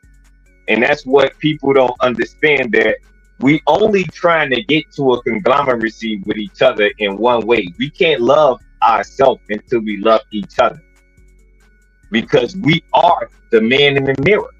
If I look at D-Ray and hate him, I might as well hate myself, because he's a product of my environment and I am one to him. So how could I look at him instead of my ally, instead of calling him an op? Now, I want to bring you back. I want to bring you back real quick. And so when we're speaking on the nuclear family, right? That starts in the family. Huh? That starts at home. What I just said starts at home. So when you cause division at home, then you can't have that success like that outside.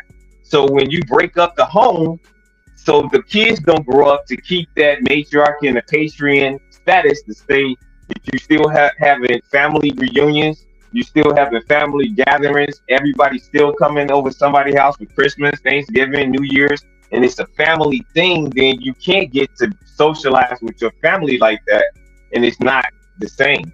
That's what I'm talking about. That nucleus is gone. All right. So let me ask this, and that's interesting. When you and I think when you say the family, the nuclear family, right? How would you break down? And I want to hear from you and D-Ray, bro. So I want you to give very specific, and I mean, a minute breakdown of the nuclear family. What is the nuclear family? Then I want to hear D-Ray nuclear family. What he thinks it is. Well, it starts with, and the reason I ask this is because I think this is critical to the Black community. At the end of the day, regardless of what people want to think about me, I ride for Black people. I ride for Black people. Why? Because I'm Black, nigga. Hey, we need the lineage to continue to move forward. And so, exactly.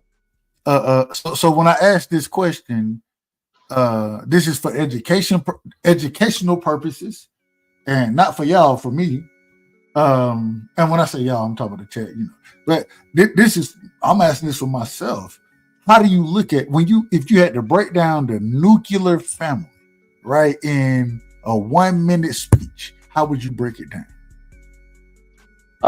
There's a support system. The support system comes, and that's called a family tree. It's broken down like this. There's the parents of the parents. That means that there's the great-greats or the great or just the grandparents in this stage of life. They are the staple. Those are the people that hold the whole thing together, because you celebrate the anniversaries, you celebrate all of those accomplishments, the things that they did to get your mother to that place, your grandmother to that place, your cousin mother to that place, because they all related. They all came from the same tree. And then it trickles down. Who after they die would be that other person? Whether it's the son of that father or the daughter of that mother that learned from that family tree to learn how to keep it together. The whole process of the order is to keep it together. So that's why you always make sure that you stay involved in everybody's business, everybody's life. Why? It's not to say that you the nosy one in the family.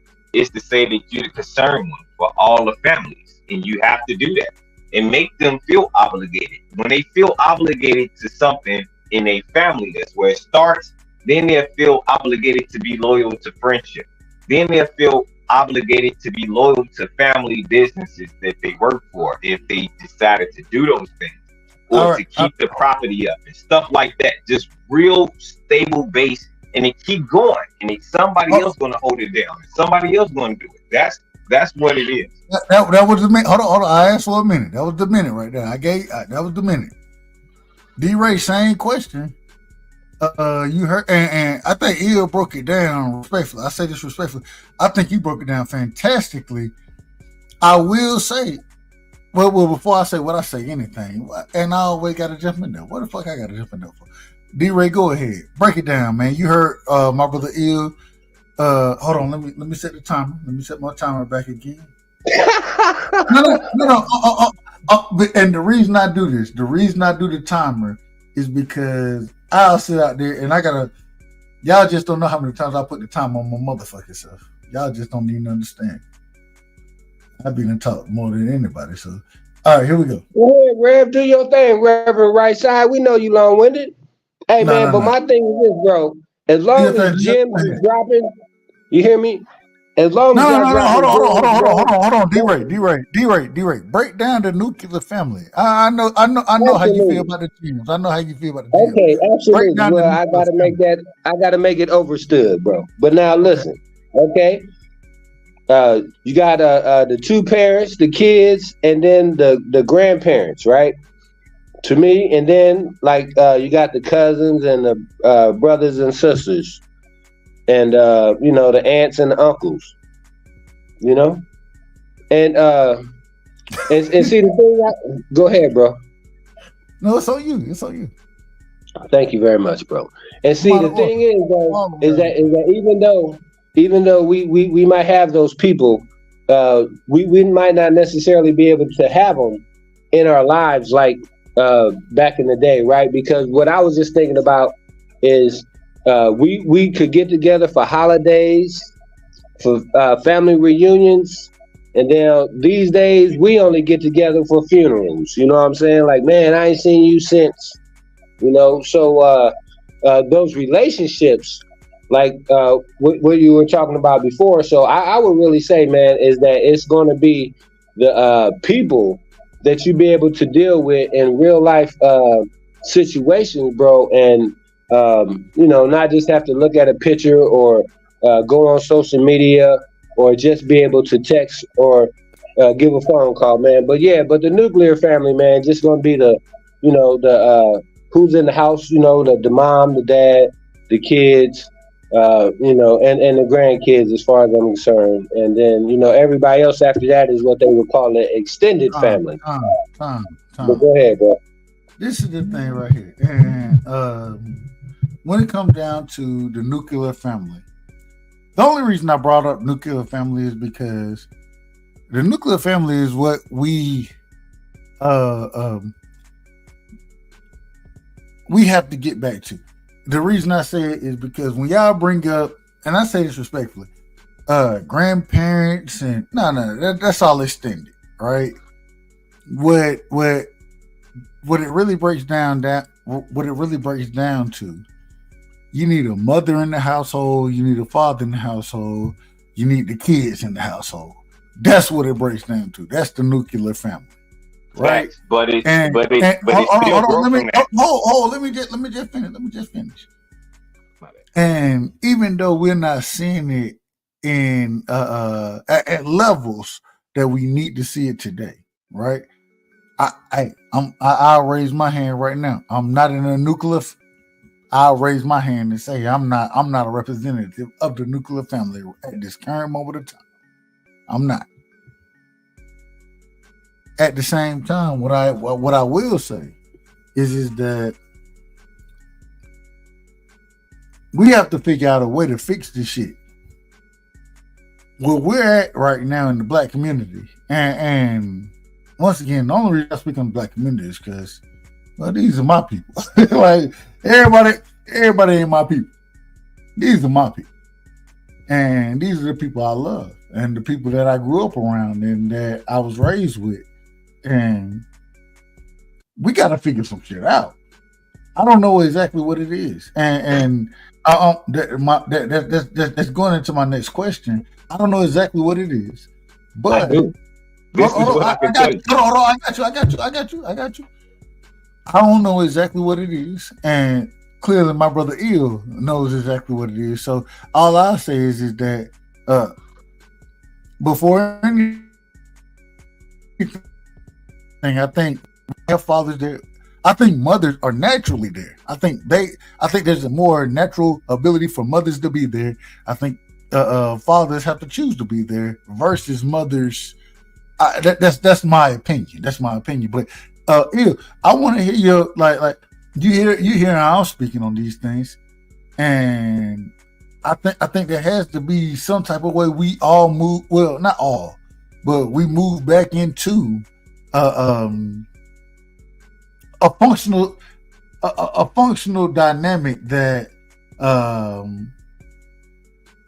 men and women, especially black men and women, are together more, staying together, not necessarily divorcing each other, and making sure that at the end of the day they're providing a father. And this is the thing I will say this: just because they provide that don't mean it's the best father. But at the end of the day, your dad being there, I don't care if he is. I don't give a damn what type of daddy you got. You got a dad in your life. You need him. Same thing with your mama. You need her. I don't give. It ain't gonna be perfect. It's not gonna be perfect. But them being there, I think that changes situations dramatically. What's your thoughts on the ear? Go ahead. My apologies for being long-winded.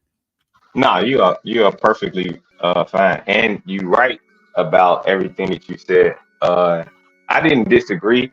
I just want to have some points in the dialect. It's more so that when you look at lineal wealth is like we talk about boxing, right? We talk about the lineal champion, right? It's a beat the man to get beat the man type of situation with the lineal, but it's passed down. They cheated Devin. Yeah. I'm bullshit. Go ahead. No, I totally agree. But it's to beat the man to beat the man to beat the man, right? So when you become the lineal in your family, then you gotta make another lineal in order for it to not be broken, right? So they don't come up with the concept to say, let's sell this land or this property so we can get some. I want some money right now. You build their brains to be leaders, so they know what their value are, and they know what their wealth can be when they apply themselves. So therefore, it's like a Rothschild's effect, right? The two parents, like I announced before, like I was talking about the family. Hold on, real quick. Did you say Rothschilds? Yeah, I'm using that as an example. I know that's a very controversial. I'm using it as an example. No. Listen to where I'm going at. No. Hold on. It's brilliant. It's brilliant what you're saying. A lot of people don't know.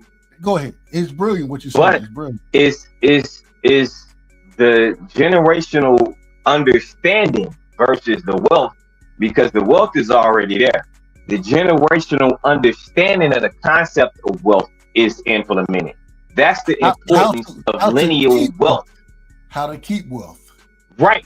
That's the importance of lineal wealth. So when you grab maybe $400,000, you don't make purchases, you make investments. That's what you have to do. Because if you don't think that your life is based on your family's life and your family's life, then you're not teaching the same progression that you learned. Something and somebody taught you how to do that to get to that part. So your job is not to cut off the connection, and somebody cut off that connection for us. You understand that part?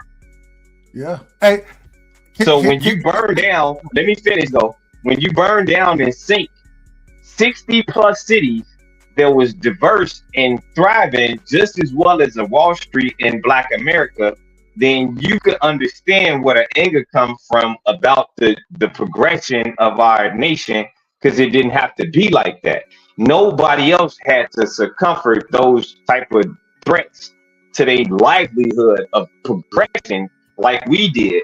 So it's kind of different, and you have to explain it in a different way in order to break the chain. So let me ask this. When we go through these situations, right? When we talk about these situations, we have a myriad of different situations. You know what I mean? Mm-hmm. So let me ask this.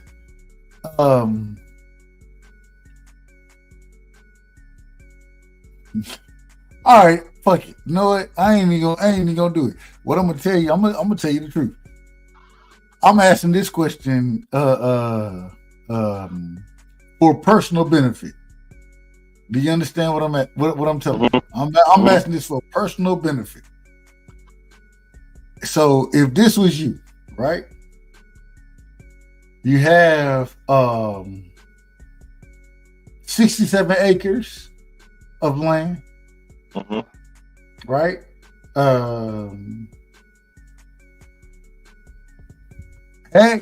Had livestock on that land. The individual who was running the livestock, they coming to their last day. They coming to their last day. That's why you put extra salt in the bottom. Oh shit!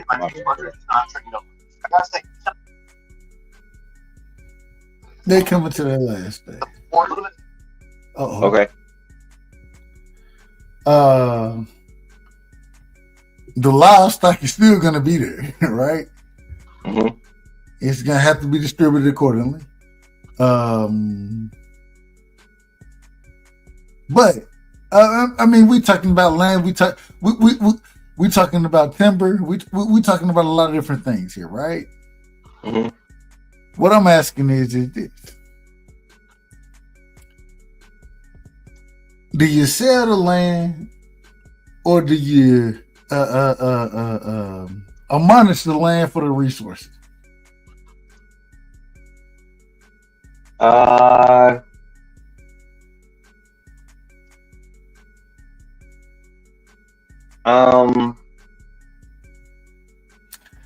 If you sell the land, you keep the land. If you sell the land, let me put it in perspective. If you sell the land, you're looking at new development out there, new development, right?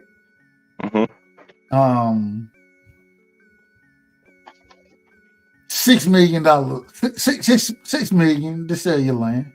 $6 million. Do you sell your land? No.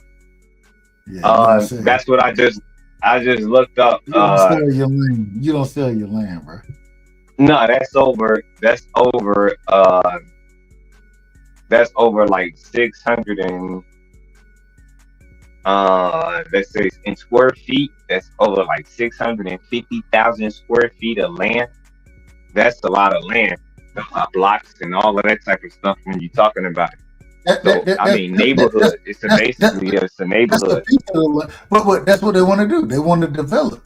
That's a piece of the land. That's a neighborhood. That's the neighborhood. But when you cut trees down, those trees are worth something. When you dig soil up, that soil is worth something. You got to understand the property that you're sitting on. In order to understand it, I'm gonna tell you, Uncle John, this is the problem. Uncle John, he got head rights to it. The lumber, he ain't worried about. Get what Uncle John, get what he do. Pay me to go hunt on the land. Pay me to go hunt on the land, nigga. All right, in Georgia. This is in Georgia. Yeah, Crawford County. How much you want to sell? How much you want to sell somewhere for? No, we. I mean, I want about a whole 65, but how much you want to sell? Like, we not selling land. We don't sell land. Now you can go hunt it, and this is what I'm telling you. See, this is the problem. What I'm telling you, I have a whole nother, and it's crazy because I'm 3 steps away, right? I'm 3 steps away. So Uncle John is the oldest. He big my oldest son, right? How does your oldest son, right, sir? My oldest son. I got one son. He 9. How old is he? Huh? How old is he? Say it again. How old is your son? 9. Oh, you not? Okay. No, but where I come into play is that all right. So Uncle John, he big my oldest big my oldest son, right? Uncle Tom Lee, he passed away due to COVID. Rest in peace. You know what I'm saying? Man, I'm sorry to hear that, bro. But the problem is that Uncle John, Andre, nigga ain't never been good, man. Nigga burnt, man. Nigga done fucked. He done fucked a lot of money up. Andre done fucked a lot of money up, right? John, and I say this respectfully. Shout out to John, man. John was my favorite uncle. I ain't gonna hold you. He hung himself. He passed away. He hung himself, but that's my favorite uncle because when I first moved away, like when me and my mom moved from my grandma and Big Mom house, John used to come through like every other weekend, you know what I'm saying? And his son Talil, Talil like my brother, you feel me? Like he like 4 years younger than me, but that's like my brother, bro. Like I fought with Talil. And so yeah, shout out to Uncle John. But all right. What ends up happening because of that? So Uncle John he got the land. The land is on him. The problem is he up in ages. Well, who he trusts now? He don't trust. Well, John respectfully, I say respectfully, and my mama. They fuck with my mama. You know what I'm saying? My mama fuck with everybody, man. My mama, she like me. I get it. She like me. She like my dad. And so she got the last say as to who gonna get what. You know what I'm saying? She got the last say as far as the land go, because outside of Andre, they don't trust Andre with it. They trust my mama more than they trust Andre with it. But let me stop you right here. It's valuable information that I'm about to give you right now. Break it down. When you got equity and stuff, like, all right, now my family found some land that we actually had since the 1500s in Virginia, in North Virginia, right? And it came up to 57 acres of land, right? And we ended up retrieving the land. And when we seen the land, it's like an abandoned farm basically on there. You could tell it came from slavery. It was like a bunch of trees everywhere. It's kind of not intact to be habitated. But what we can do is excavate it, right? And we found out the equity in doing that just by cutting the trees down, because of the worth of the is pecan trees out there, there's walnut trees out there, there's all sorts of trees that's worth a lot of money when you cut them and make tables out of them and stuff like that, blah blah blah. Then we recognized that we could do that and still keep the land and purchase things to build on the land based on the wealth from the trees alone, right? Because it's 57 acres of this. But we harming the environment by doing it, right?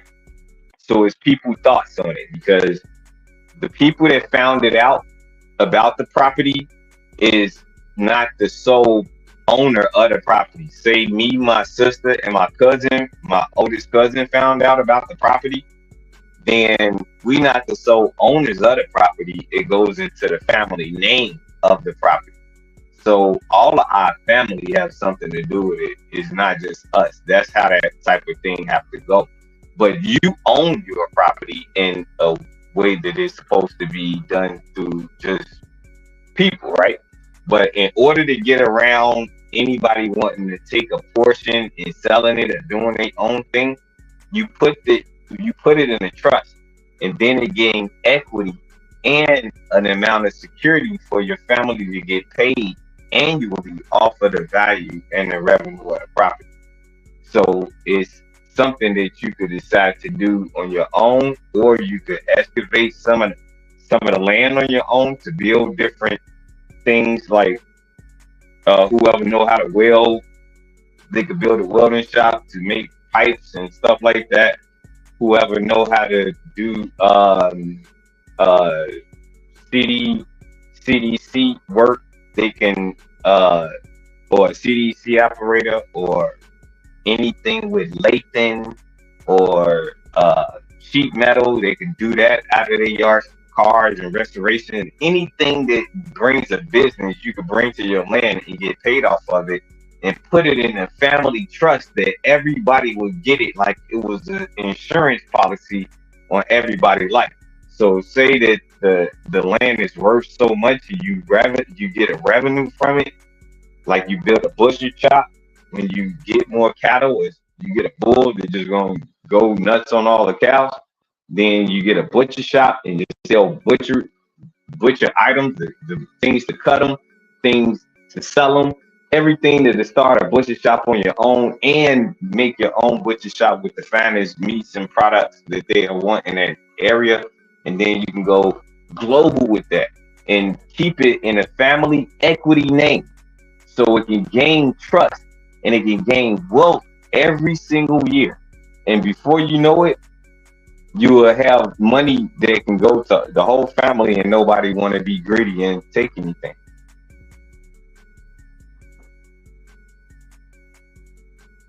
That's just something to look into, and it's real. So when you got that type of land and you can make money off of the land, say a tree is worth $10,000 every tree, right? So you got 152 trees in an area of 20 acres. Imagine the money, right? Think about stuff like that though, before you sell everything, because you might not know that the soil that you produce on that land probably is grade A soil that you can grow anything anywhere with. You never know. And that's worth money than gold. And that's the thing too. It's gonna cost you more to get it back than it is for you to sell it. Exactly. Because they're gonna say, "Oh, you didn't know what you had." Yep. Yes, sir. Facts, D-Ray. That's a fact. That's why they used to take our land from us and try to get it and say, okay, well, we'll negotiate to get it back to the court system. But now they're charging what the property is worth now and trying to ask that person that owned it originally to get it back for that price. Now, it never was fair because they took it for nothing and then got it back. Now they want to charge you. D-Ray speaking facts. Hey, what would you say? They're gonna give you pennies on the dollar, but they gonna make sure that they get every dollar's worth, though. Yeah. Yes, sir. Yeah. And that's how business goes. Keep that land though. It should go into a trust. It shouldn't go into no. My thing, people in our community. So this is always my thing right here. This is always my thing. I look at it from both ways. Things have always operated these type of ways. That's the first thing. The second thing is that you still had to have individuals there to make decisions and to negotiate for things to be in your favor. But maybe it was bad decisions though, right? Side? Like you got to look at it like, okay, I don't want to tell people business or mine, but let's just say like your father was worth like, let's say you were worth like $500,000, right? Or $1 million. And he trusted in somebody because they was always diligent in their life as a kid and as a young adult, that they was the same person as an older person. And then they had trust in that person and then they had screwed the whole family over. Everybody was supposed to get their money and nobody got their money and the other person ran off. Stuff like that. Like you don't want those type of problems. It's not like you're not putting your trust into an individual, but it's me and all of the things that I've done to build this family in the right way and on a justifiable level. I can't trust neither one of my daughters to make the right decision. I have to trust what I built for them to make the right decision, and they trust in what I thought for them. That's that way. You literally just argue me down about it's about building. Right, that's how you build it. You put something that big into a trust so nobody can argue over it. But it ain't people argue over people dying though. You forget that part. That ain't what I'm saying. I'm saying that it is. That's the big part. Because somebody gonna die and somebody gotta leave all of this stuff to somebody else. That probably I just spoke on that. I agree with that. Exactly. That's the part that I'm talking about. That shouldn't be, because if you put it in a family trust, that means that like you got a shirt that got all of the families on that shirt. When you go into a family reunion, then all of them people that supposed to be in that trust, supposed to be on that, then that's what it's supposed to be. It's no big ass little U's. That's a personal opinion from a person that got something from somebody else too. You want to break that curse. That's why I use the Rothschilds as an example, because it doesn't go to anybody. It goes to the Rothschilds' name. That's what keeps them levels of everybody. It doesn't. They all rich because of the payments that they get annually to them. It's not about the individual at that point. That's what I'm saying. You want to break that so the family always stay wealthy. That's how you do that, by creating a trust that everybody still get paid annually based on what they do in this project of whatever is going on. Like, say you got cattle on your land, you sell that cattle when everybody get paid. Real quick, I'm gonna be honest with you. I agree with you. I agree 100%. But I think we done took it a tad bit too deep into, and me as well, into because and it's beautiful that we understand how land is passed down and how it can be. I'm with you. But nope, and no. What I'm finna do, and he'll tell me if you ain't got to rock with it, but that's on you. Respect. Okay. D-Ray, you ain't got to rock with it. We got to talk. I got some things we got to talk about real quick. We got the Stormy Daniels and Dusty Shadows, according to Lionel Media. Y'all make sure y'all subscribe to Lionel Media, man. If y'all want to know where I got Demented from, that's where I got it from. Lionel Media. that brother is fantastic, man. Hey, Demented, same place. My God. But this is the question. This is the question right here I got for both of y'all right here. You got Trump. You got the case going on with Trump right now. We also got to get to what's going on in Georgia as well. You got the case going on with Trump. Yes. What is going on? Does anybody understand what's truly going on in this case?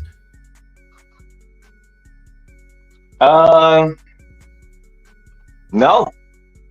I think that it's a publicity stunt for the propaganda of no election. Like, we don't see the same type of situation that's going on in previous elections that we see right now. It's kind of non and void. They're not talking about it. It's not a big thing about who's running and what the campaigns are about, who's speaking. It's supposed to be a critical campaigns race, campaigns don't mean anything in this election. They mean nothing. Yeah, so it's kind of like stage, like Errol Spence said, it's stage and mirrors. You don't know what you're looking at right now. Hold on. So what? Why?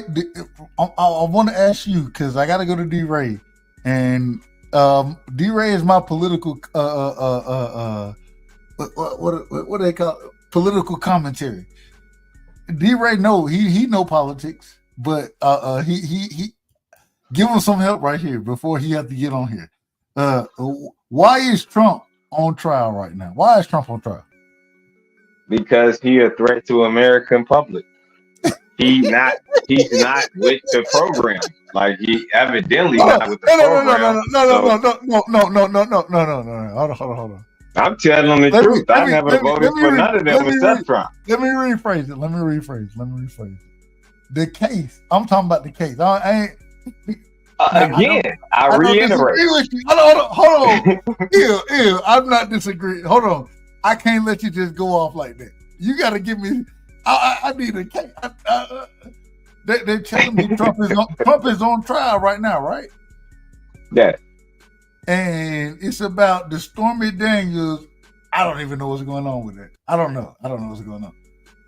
Oh, D-Ray left. Oh, he ran. Don't run, D-Ray. Come back. Come back. Come back. Oh, I'm gonna call him. But what is going on? What is going on with that? What is going on with that case, in your opinion?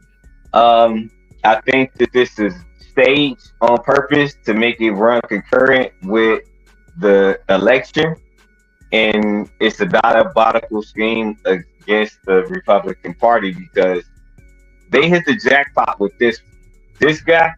This guy is what they really honestly needed to make a lot of people wake up and understand that Who? Donald Trump. Oh, okay. Donald Trump is what the Republican Party needed to wait. If the election was today, who are you voting for? Donald Trump. You damn I right. always voted for Donald Trump. Since 2016. Hey, shout out to Trump, man. Is Trump a racist? Yeah, I'm a racist, I guess. So shit. Yeah, we all racist. Hold on. I've never heard anybody say I'm a racist. I've never heard that. Did you just say you're a racist? A lot of black people say that they can't be racist, and that's not true. That is not true, especially when we the coolest people in the world that everybody want to emulate us. Then if we don't like you, then you get mad at us for it. You kind of racist. So I'm racist. But you're a racist? Yeah. What? Hold on. What are you? Who are you racist against? Anybody that's not black. My God. I never heard. No, I don't say that with racism with a hateful heart. I'm saying that to say that if you're not cool, like black people naturally are the coolest people in the fucking world because we allow people to get away with murder. So literally. So if that's not the case and you're not cool like that and you start showing something about you, then I'm somebody in this world and I have a brain and I'm going to challenge you with it. And for me to understand that, then that's to say that it's a competition in this planet. So I think that where I'm from is better than where you from in this conversation. So that means anybody on any level, though. That's like just to say that we particular people, right? You particular to Georgia, or I'm probably particular to Chicago. I'm definitely particular to Georgia. Absolutely. Right. Yeah, but I'm particular to Chicago. But if you ask me about Chicago, I probably got a lot of bad things to say about it. Or if you ask D-Ray about where he's from, he probably got a lot of bad things to say about it. You just got to understand, like, but we going to represent our shit. And that's what it is, right? But when you're talking about a spectrum of black people as a whole, well, I represent them. All of them. Due to the fact that you want to have a denomination on one of them or an opinion on one of them. And that's not fair because I don't do every single person like that. So when I voice my opinion that way, then it may seem racist because then I start speaking my opinion about all of them people. And then it's like, damn, I was rocking with you at first. But then you start saying something about this. And I'm like, why didn't you say nothing about this guy saying something to me? That means you fall in the same victimizing point that I'm about to attack. So this is why people like me exist. Every black person can't do what I do, but I'm going to do it to the person that act like that they ready to do it to our culture or me in that essence. And that's all that it matters to. I was taught to defend my people and defend myself. So that's what I'm going to do. So it may make it seem like it's racist because a lot of people from other races got all of these opinions about black people, but the last time I checked, black people don't have an opinion about no fucking body. We're not talking about no fucking body unless they infiltrating our neighborhoods or taking our style or jacking our swag or something like that. Other than that, we don't really give a fuck about the rest of the world. We too busy being us. The world is worried about us. So hell yeah, I'm gonna be racist about that. Man, listen. I understand what you're saying. I ain't mad at it. I'm not mad at it. And I agree with a lot of it, but my thing is this. at some point in time, hey, I'm a ride with black niggas. I'm a ride with niggas regardless. You know I'm a ride with niggas. It is what it is. I grew up that way. I'm a ride with the family. At the same time, I'm gonna put my son in the best position to succeed. And a lot of those times, it ain't being around niggas. That's the truth. I understand it. No, I understand, but it's a competition in life. You don't have to look at everybody as your adversary. You just have to look at them as the person that builds you to be great. Like, I don't need weak friends around me. I don't need weak people around me. I want to each one teach one, right? So if I'm weak at that point, then you my strength to build me up. You see what I'm saying? To back to the way I usually be. That's what we are. We strengthen. We strengthen everybody to be strong in their own way. That's how the bill's been passed that everybody get a pass in America right now. It's courtesy of us. So let's not take away from anybody that's talking about us. That's why it seems racist in a sense, because nobody have a pass until they get past our ass. Therefore, it's the reason why we say, hey man, we ain't bothering y'all. We ain't worried about y'all. Why y'all so mad at us? Like, we made it so that you can be in America right now. Like, we fought for you and us and everybody else. We didn't have a particular denomination on people. We wanted freedom for everybody that wanted freedom. And that's how we still feel. But if you don't think that it's like that, then I have a problem with you. And I hope you educated enough to deal with a person like me. That's all I'm saying. Yeah, no, I understand it. I understand it. Man, what time is it? Hold on. It's 9:26. I don't know what time it is in Georgia. It's 10:20. Hey, where you at? Chicago. Yeah, I'm in Georgia. So yeah, I'm an hour ahead of you. It's 10:26 where I'm at. All right. I wanted to touch on these last few topics. Man, this is incredible. And I got to do this. This is the way we got to moving forward, man. Definitely got to talk boxing, but hey, shout out to my brother William Old School in the building, man. Salute to William. Yes, sir. Salute, bro. But we also we talk everything over here, man. All right. I got to get your opinion on two last topics, right? The first thing is it's come out that Congress now. Now tell me if you don't want to talk politics, we'll move to something else. No, I'm all for it. Come on, let's go. It's coming out that Congress now are going ahead and they're on the census. They're going to go ahead and allow, quote unquote, what they want to call them. I call them illegal. I call them illegal. Illegal immigrants. You know what I'm saying? That's what I call them. But what do they call the people? Asylum seekers or whatever they want to call them. They're gonna allow illegal immigrants to be a part of the census, and so you don't have to report. You know what I'm saying? Whether you're a citizen or not.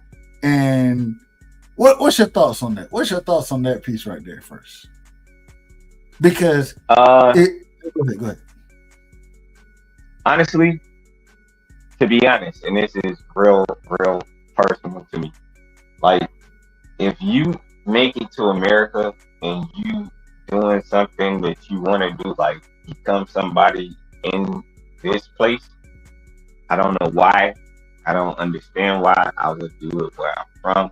But if it's not like that where you're from, then, and you want this life, then you fighting for that. And I don't see nothing wrong with that, because this place is the place that allowed it. The problem that I have. Wait, let me finish. The problem that I have is that you don't do the due diligence with letting people come here with like something.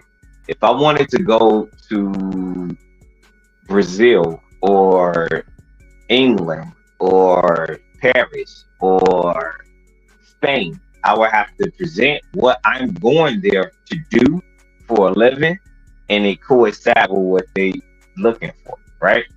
But it's not like that here. So they don't do background checks on these individuals.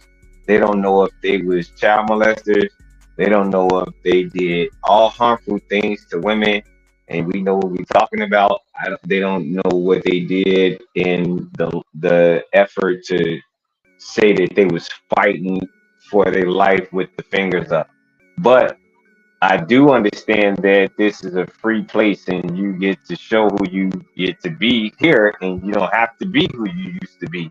I wish that I had that ability to go to Africa and have dual citizenship while they telling me that I'm an African and American. I don't have dual citizenship.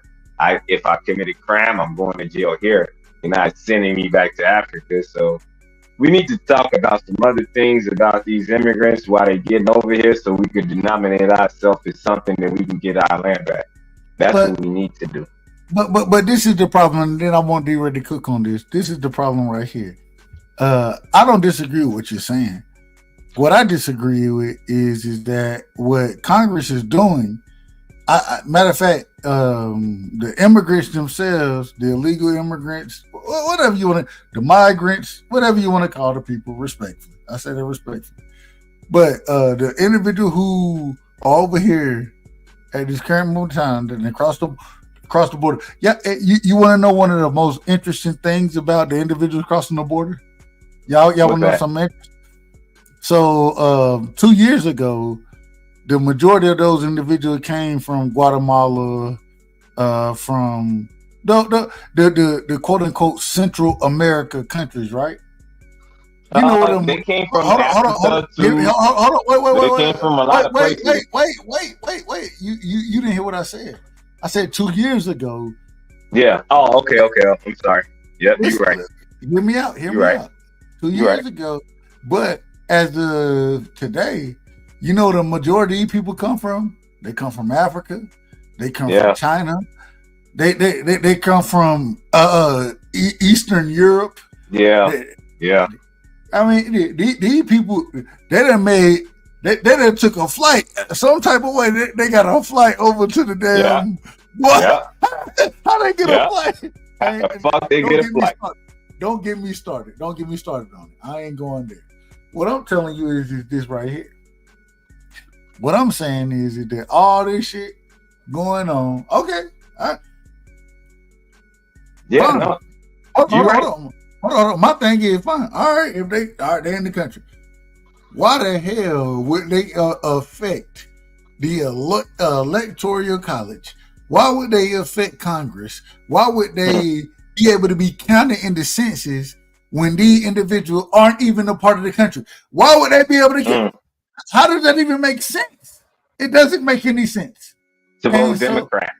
Well, what they're gonna? Well, no, it ain't even about voting Democrat because eventually, what's gonna happen is they're gonna say that you can't vote, but you know where you're gonna get the benefit at?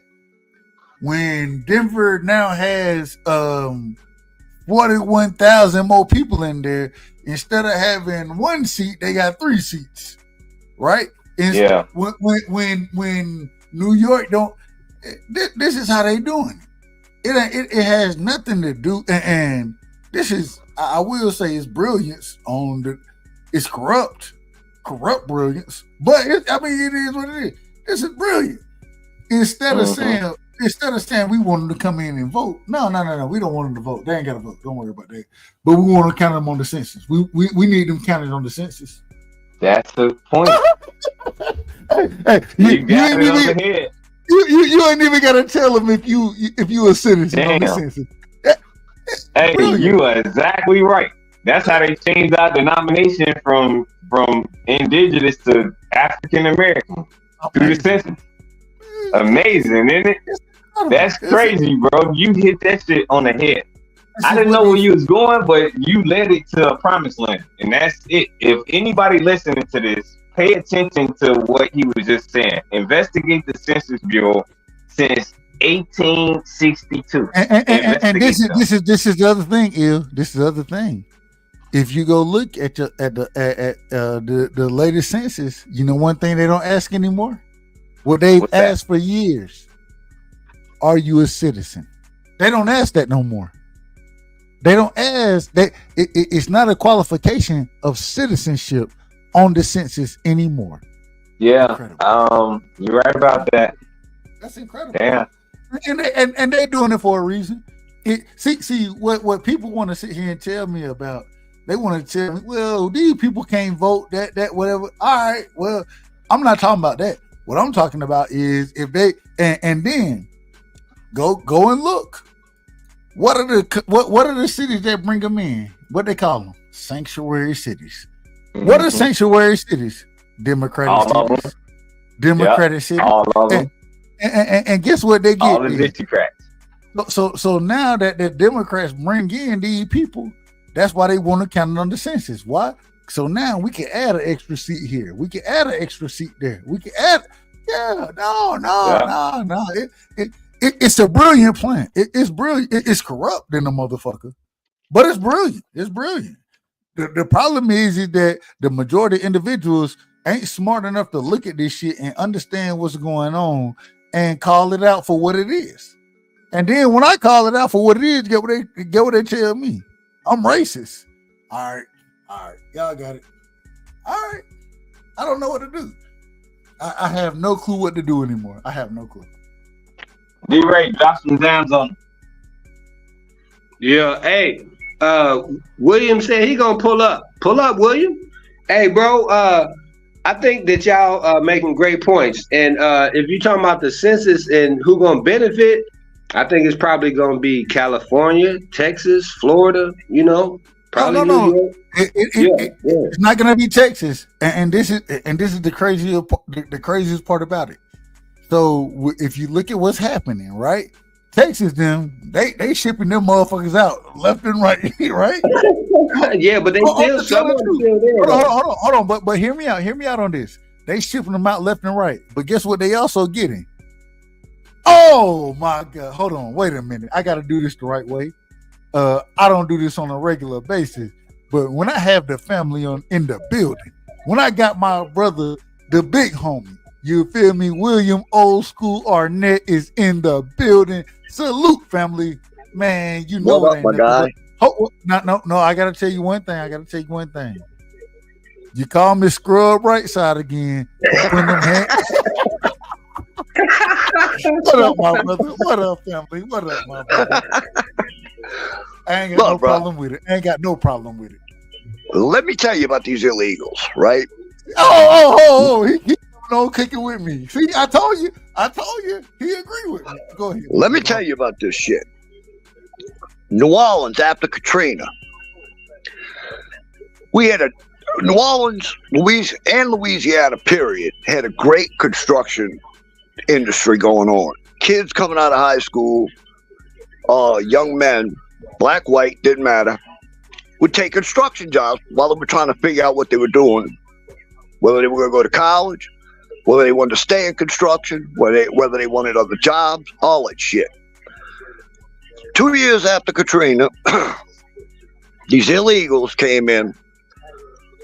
They were riding around, stealing people's tools, trash trailers, you name it, following people around, taking their damn jobs.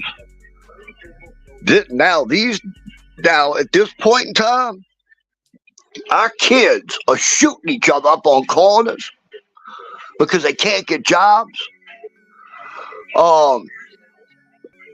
Folks that will work at construction are now living under bridges in abandoned houses, in freaking abandoned buildings, because they can no longer get a job because these people stole everything. Go look at how bad the crime stats since Katrina have gotten in New Orleans. Go look at the damn crime stats. That's because you got young men out there shooting each other up over selling drugs on the corners and being on the wrong corners with the gangs because they can't find jobs. But William, the problem is that if you look at any, and there are two things I like to look at when you have quote unquote, the individual coming across the border, right? And they tell me the border is whatever it is. That shit open in a motherfucker. When you have these people coming, the things that you see, it's not like you just see that they want to tell you it's women and children. No, nigga, what you see is military aged men coming across. That's the main individual that you see coming across, right? And so when you say, like you saying what you seeing in your city, right? And then you go look at all the other different cities, crime goes up tremendously, right? Yeah. And then all of a sudden, when I sit here and say it, individual, I ain't got no problem with nobody. I'm telling you, if you're not supposed to be here, you're not supposed to be here. And if you're committing crimes, if I commit a crime right now, they talk about separation at the border. If I commit a crime and me and my son in the car together, guess what they're gonna do? They're gonna separate me and my son. That's what they're gonna do. So I don't understand none of this stuff, man. I don't understand it. And then when I start calling a spade, next thing you know, I mean, it is what it is. They're gonna talk about you how they're gonna talk about you, man. The Democratic Party for years controlled the population. They control the vote. They do now. Well, now people are seeing through the crap, the lies, and it's constant lies. Oh yeah, we're gonna help you every election. Oh, we come in here, we meet you out on these campaign rallies. Oh yeah, we're gonna do this, we're gonna do that, we're gonna do this, we're gonna do that. Hold on, Will. You can't tell D Ray that now. You can't tell him that, cause he make I don't know. He love the Democrat. Look, I'm independent. I used to vote Democrat. I voted Democrat. I voted for Obama, all that crap. I did but too. when these people kept none of their campaign promises, I'm like, you know what? From now on, I'm voting for the best candidate, the one that's going to help me. You know, I mean, look, bro, when you can't keep a campaign promise and you can't do what's right by the people quit voting for you. So now the Democratic Party has decided, okay, we're going to open the borders. We're going to make promises to these illegals coming in. If you vote for, we're going to get you to where you can vote for us. So they're basically replacing us.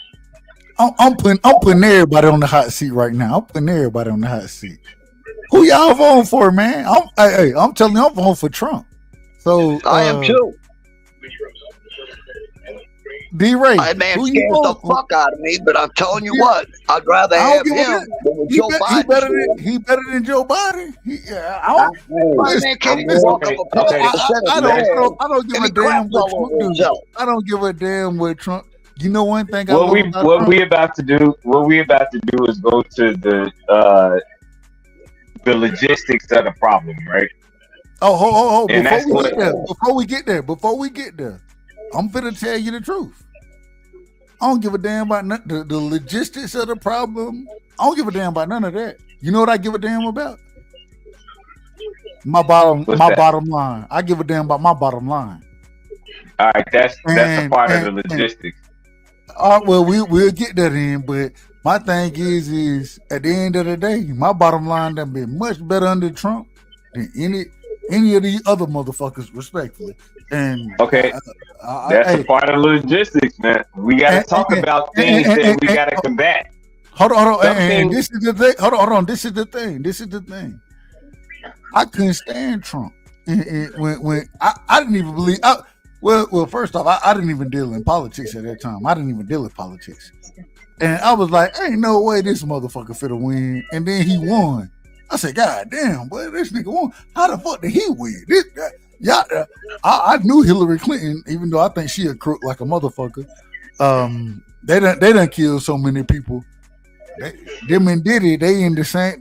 They might have the same body count. The people saw Hillary Clinton for what she was. She's a damn criminal. Let's face it. A criminal. The damn woman is a criminal. We got to get to the meat and potatoes of the whole situation. Hold on. Ew, before we get to the meat and potatoes, before we get there, hey D-Ray, Absolutely. OG. What? You I got didn't hear Trump, you. you got Trump, D-Ray. You got Trump? Oh no, I man, come on, bro. I'm not. Hey, listen, I'm not that demented yet. Listen, bro. Hey, you hold know on. Check it out, though. Yeah, but no. Hey, check it out, though. But now that case that he doing with Stormy Daniels, it's not about her, bro. It's not about whether he had relations with her. Have you been paying? Hold on, man. Wait. Hold on, man. I just want to say this, bro. Hold on, D-Ray. We were supposed to get into this. We were supposed to get into this on Tuesday. We were supposed to get into it, but go ahead. I want to hear your thoughts on it. No, I'm just saying, bro. But it's about the illegal hush money that he paid her, bro. That he broke the law and get money from here and putting it over there. It ain't got nothing to do with what she did and what she thought of him and how she felt when she seen him. You know what I'm saying? It ain't got nothing to do with that. Why was she testifying? Hold on. I just look. Go ahead. Hey, you realize Bill Clinton did the same damn thing. Did they prosecute him? Huh? Bill Clinton did the same thing. Did they prosecute him? They impeached him. But wait a minute. Not over that. It was different. Yeah, they did. Hold on, wait a minute. Bill Clinton had 5 women before he got into office. They tried to keep him from getting into office. Bill Clinton had 5 women. Freaking Hillary paid every freaking one of them to keep their damn mouth shut. All right. But this is the thing. So if anybody, and D-Ray, I think you were very close on this one. If you understand what this case is about, which is the craziest thing, which I agree with D-Ray, ain't no way Stormy Daniels, she don't know nothing about nothing. I don't even know why would you even bring her on the stand? The question is this: they got 34 counts.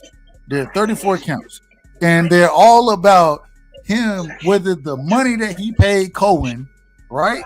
Whether it was because some type of, I don't even know how this makes sense, but because it came out of some type of way, it was falsifying documents. I mean, falsifying records and illegal money transfer. I don't even understand it. Nobody understands it. It doesn't make sense. And what they're literally trying to say is some type of way there are 34 counts because he paid Cohen to pay the quote unquote hush money in what is it, NDA, non-disclosure agreement, right? That's what they're trying to get her to sign. They're gonna pay you to sign that. That's not illegal. It's not illegal. What they're talking about literally is him paying or where that money, what the transfer was, and whether I mean, my God, I don't even know what this is about. Nobody knows. Nobody has a clue what this is about. This is ridiculous. If you research it, Hillary Clinton did the same thing when Bill was running for president.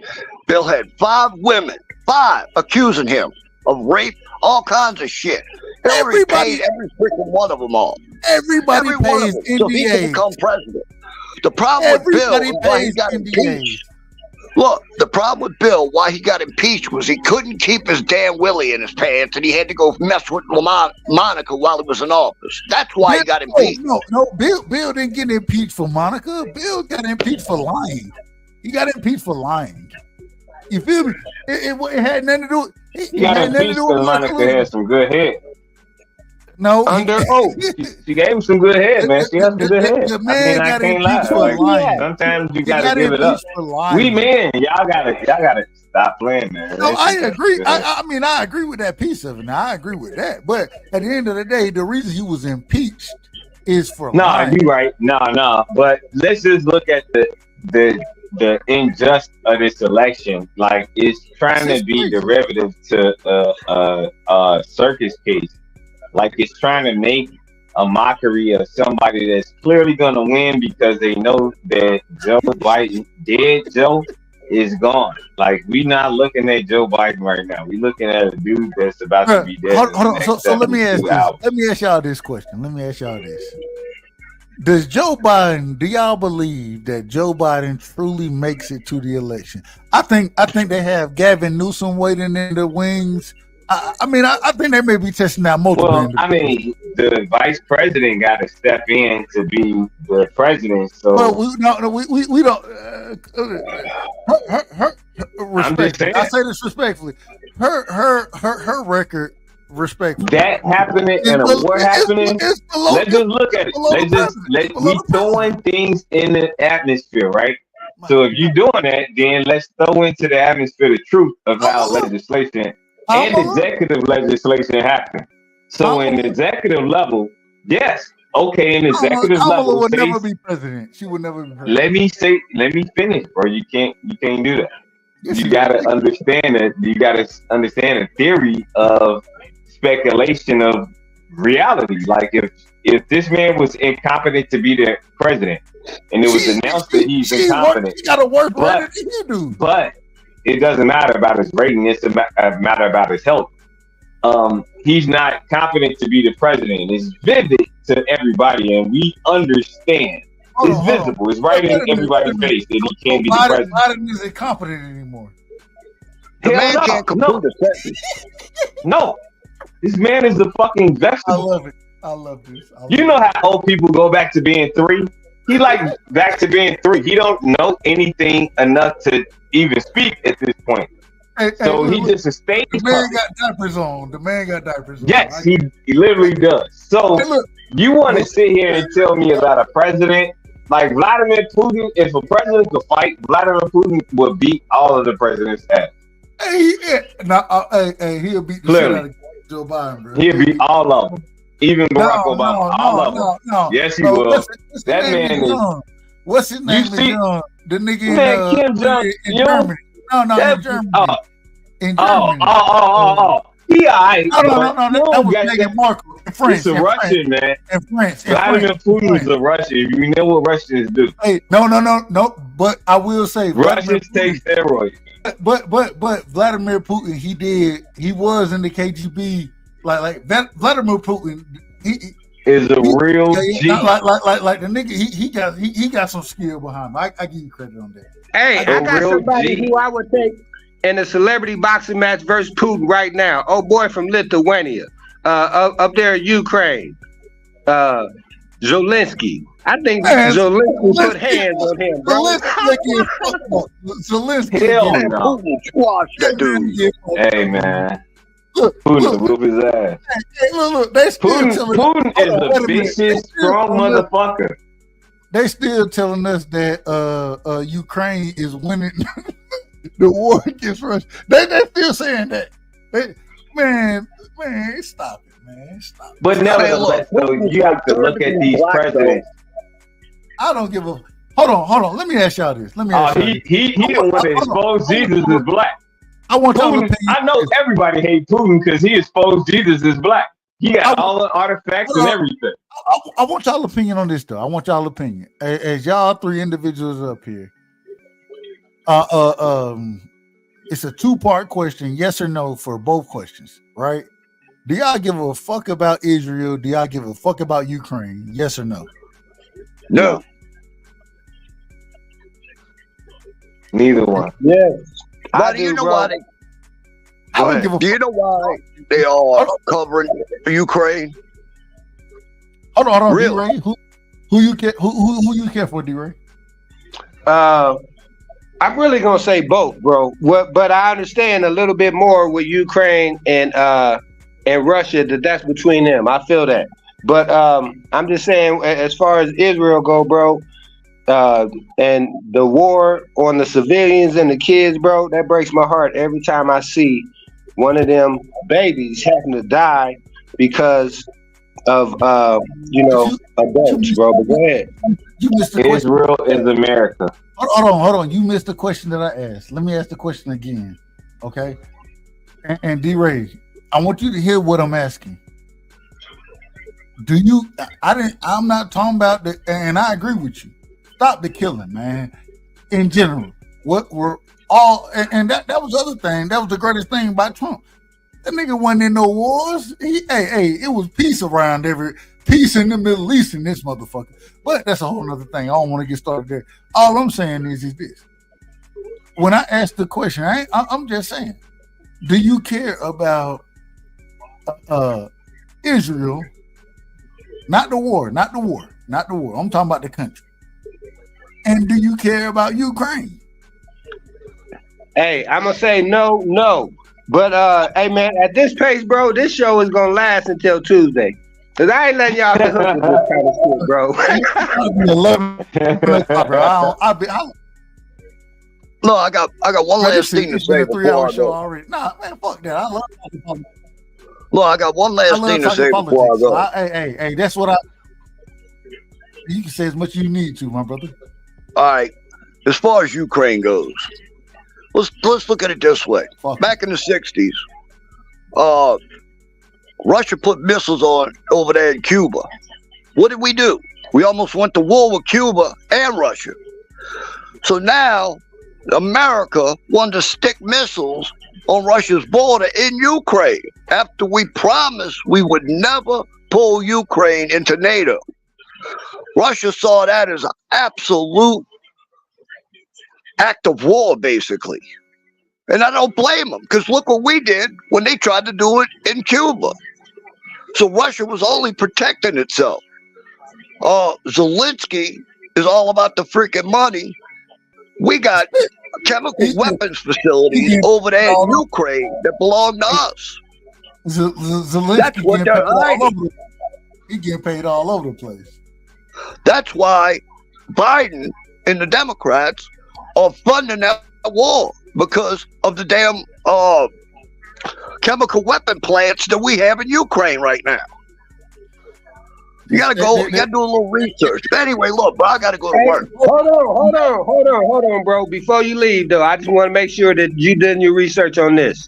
We went to Iraq for the oil companies, right? So let's just make that clear. And hold on, and them wasn't Democrat oil companies, right? That was Bush and his crew, right? Okay, let's go ahead. Company. No, wait a minute. Hold on, D-Ray. This is one thing I want you to understand. It's a uniparty. All these motherfuckers are corrupt. It ain't one side that's more corrupt. They all corrupt. No, and I understand you on that, bro. But I'm just saying, if y'all trying to put this Ukraine and all that shit on Biden and all that, bro, which, hey, look, and I know that they did business dealings with them. But you know, so I don't know the inner workings, you know. But go ahead, bro. But at the end of the day, this is the thing right here. It's two wings to the same bird. You feel me? And one thing that we're seeing, whether it's Lindsey Graham, whether Nancy Pelosi, we know these motherfuckers are dirty. They're all dirty. You know what I'm saying? And hopefully we able to get their. I say this respectfully, but at least they up in age now. Right, and so hopefully we're able to get some new young talent in there that isn't nearly as corrupt, and that can stand on both sides and negotiate accordingly, and just put the country first. I don't give a damn. Bro, good luck with that. As long as you got Schumer, Pelosi, McConnell. Well, McConnell's retiring now. But as long as you got all these old timers that should have been kicked out a long time ago, it's never going to be uncorrupted. Yeah, you know what? As long as you got the lobbyists, it really comes down to the lobbyists. You got niggas out there that's going to come through and they're going to pay exorbitant amounts of money to make sure that the things that they need to happen to benefit their companies happen. And as long as you got those individuals in there, hey, we fucked, bro. Like, respect. I say, hey, it is what it is. But I will say this, and this is the hope that I hold out. And D-Ray, I want your opinion on this, D-Ray. This is why I hold out my hope for Trump. Because damn it, at least I think Trump he'll do his best to bring the country back to at least a respectable place. Because Biden, he definitely in the goddamn shoe hole for all these motherfuckers. Respect. We don't even believe this man is running the country when most folks talking about it. So I mean, my God, bro, that man led us into a pandemic, bro. What is you talking about? He can't get no credit for that. Hold on, listen. The economy was crashing. Look at all the jobs he lost, bro. What is you talking about? You forgot about that. But now listen, I want to say this part, and I'm gonna be quiet real quick. But the first 2 years of any president, they're dealing with either the good or the bad of the previous president. We know you're gonna say that. So, look, guys, I gotta go. Go ahead, Scrub, you my guy, always. D-Ray, take it easy, my man. And cuss D-Ray ass out right now. Don't leave, cuss his ass out. Bye. I'm here for it. Hey, we doing our now you got to do it yourself. Let's go. Look. hey, D-Ray, we doing our Tuesday show right now. We doing our Tuesday show. Yeah, hey man, hey, and that's what I want to say. Make sure that they pull up on Tuesday, bro, because this is a great conversation. Hey, so listen. This is the thing, right? I agree with you. I agree that you do have to deal with those policies. The problem is this. First off, are you blaming the pandemic on Trump? Is that what you're doing? I'm saying he was driving, bro, and I'm saying if he would have been a little bit more responsible, acted a little bit more intelligent. Listen to me. Go ahead. That it wouldn't have been as bad, bro. And I think that it cost people lives, bro. You know what I'm saying? I mean, and that's my opinion. Now, am I blaming it? Am I saying he started it? Probably not. But I'm saying that he was slow to react. And you know that if you an impaired driver, you slow to react. If you an impaired president, you lose the election, bro. Go ahead.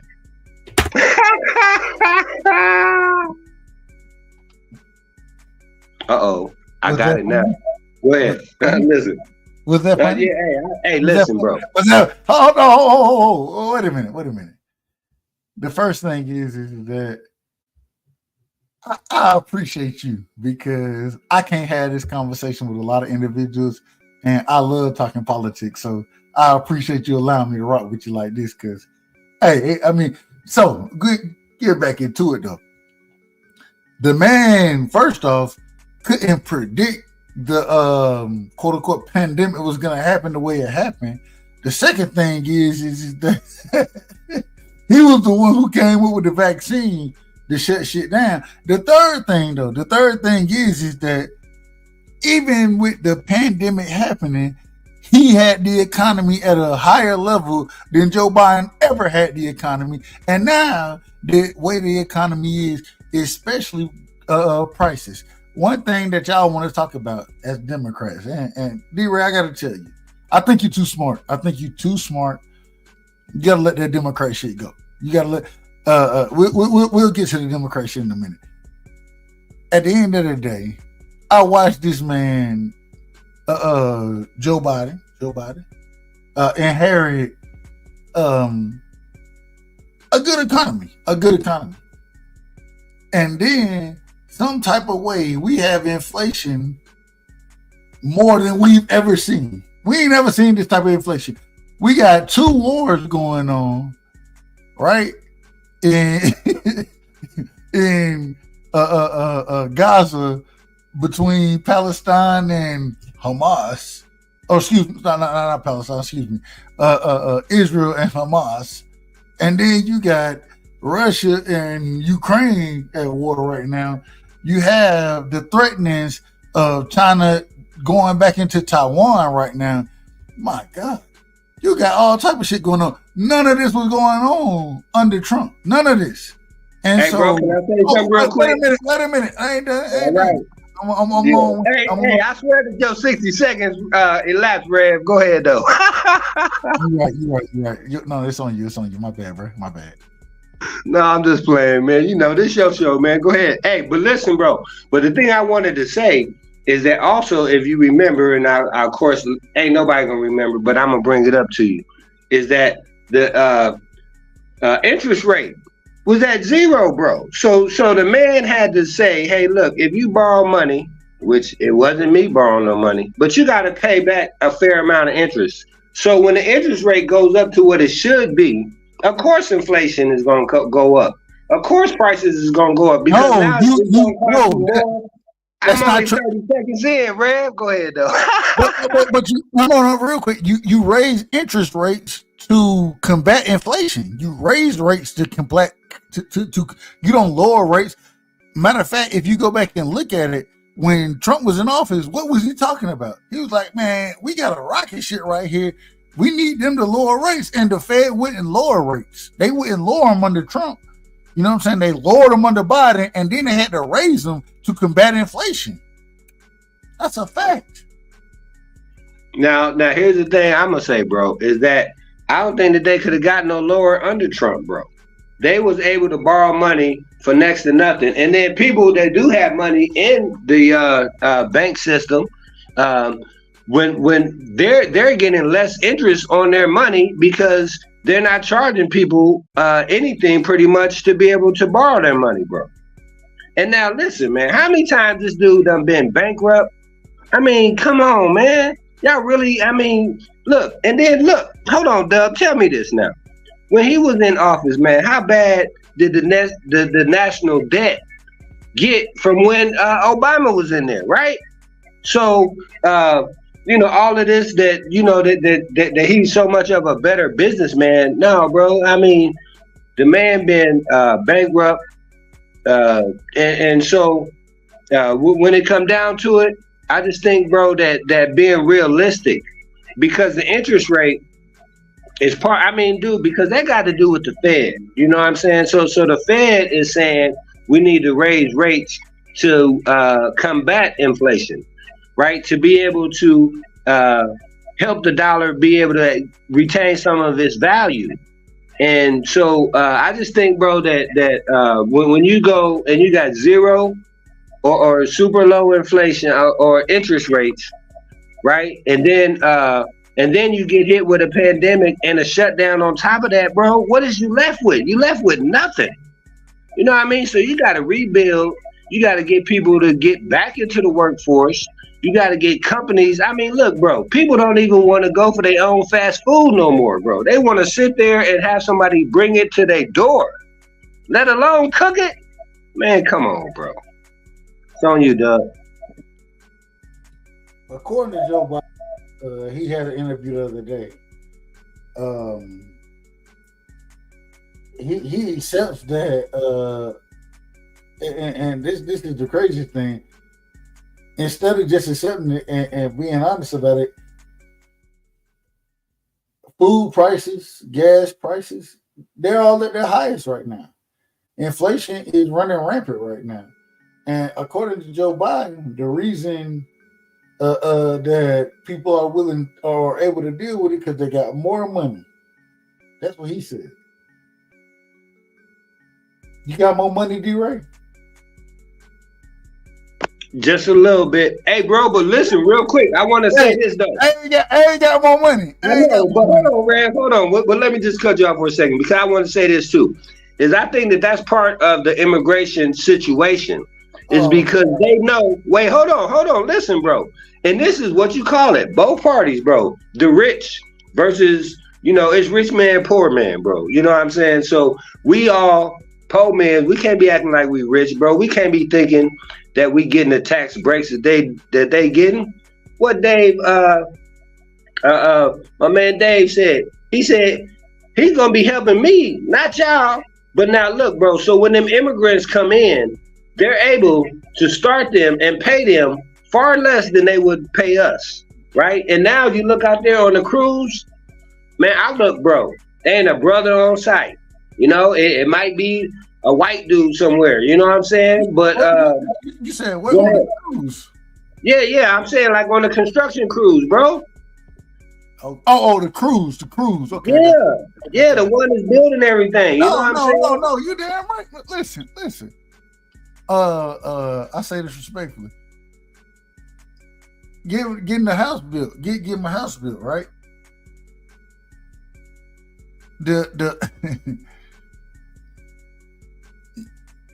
It wasn't there, but it has Hispanic respectfully. I say that respectfully. It wasn't there but Hispanic individuals. But this has been going on for a while. And even when I was in, I don't know what, I was probably 14, right? 14 years old, I'm helping I'm helping build a goddamn building. Not this motherfucker. Like I'm talking about. I'm doing this shit. The builder of the building, he always told me, he said, one thing you can always say, and he a Jehovah's Witness. My grandma was a Jehovah's Witness, so that's how I got the job, Steve Foster. But one of the things he always used to tell me, he was like, hey, you can tell folks, hey, you moved this entire building. You done moved it. Why? Because I carried all this shit around. You know what I'm saying? But the thing is, even then, who did you have out there? It was me and a bunch of Mexicans. It's always been like that. When this house, it was me, a bunch of Mexicans. Well, I mean, they had a couple supervisors out there, but that's what it's been. It's been like that for a while. It's only getting worse though. And the problem is that the problem is that as it gets worse, now what we're seeing is that the individual, they making demand, right? They making demand saying, this is what we want. Black folks ain't sat down and made demands. We done been in the country all the years. We ain't made demands like these Negroes make. Oh, I can't even say Negroes. These motherfuckers making demands. Get what they probably wanted to use the other word. Hey, get what they tell you. Get what they tell you. We need to make sure we can take a shower as long as we need to. We don't need the water cut off. Oh, who paying for the water bill? Not us. We just need to make sure we take a shower. Hold on. Now, if I take a shower, if I don't pay for my water bill, can I take a shower? No. How the fuck can they take a shower and they ain't paying no goddamn water bill? Hey, the Big Mom be like, hey, you been in there 5 minutes, boy, you better be man, get the hell on now. Look, big man, see when I used to go to Roberta, Crawford County, go down there, get what you end up What in. county? What county? Crawford County. Oh, Crawford County. Oh, okay. I just wanted to have you say that again. Get what you got to do. Your cousin, you take a bath.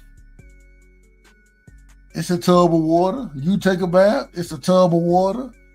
No. Hey, y'all clean, nigga. You feel me? It ain't all. And now all of a sudden these motherfuckers can come here illegally. Not even supposed to be here. Got individuals that's broke down this motherfucker.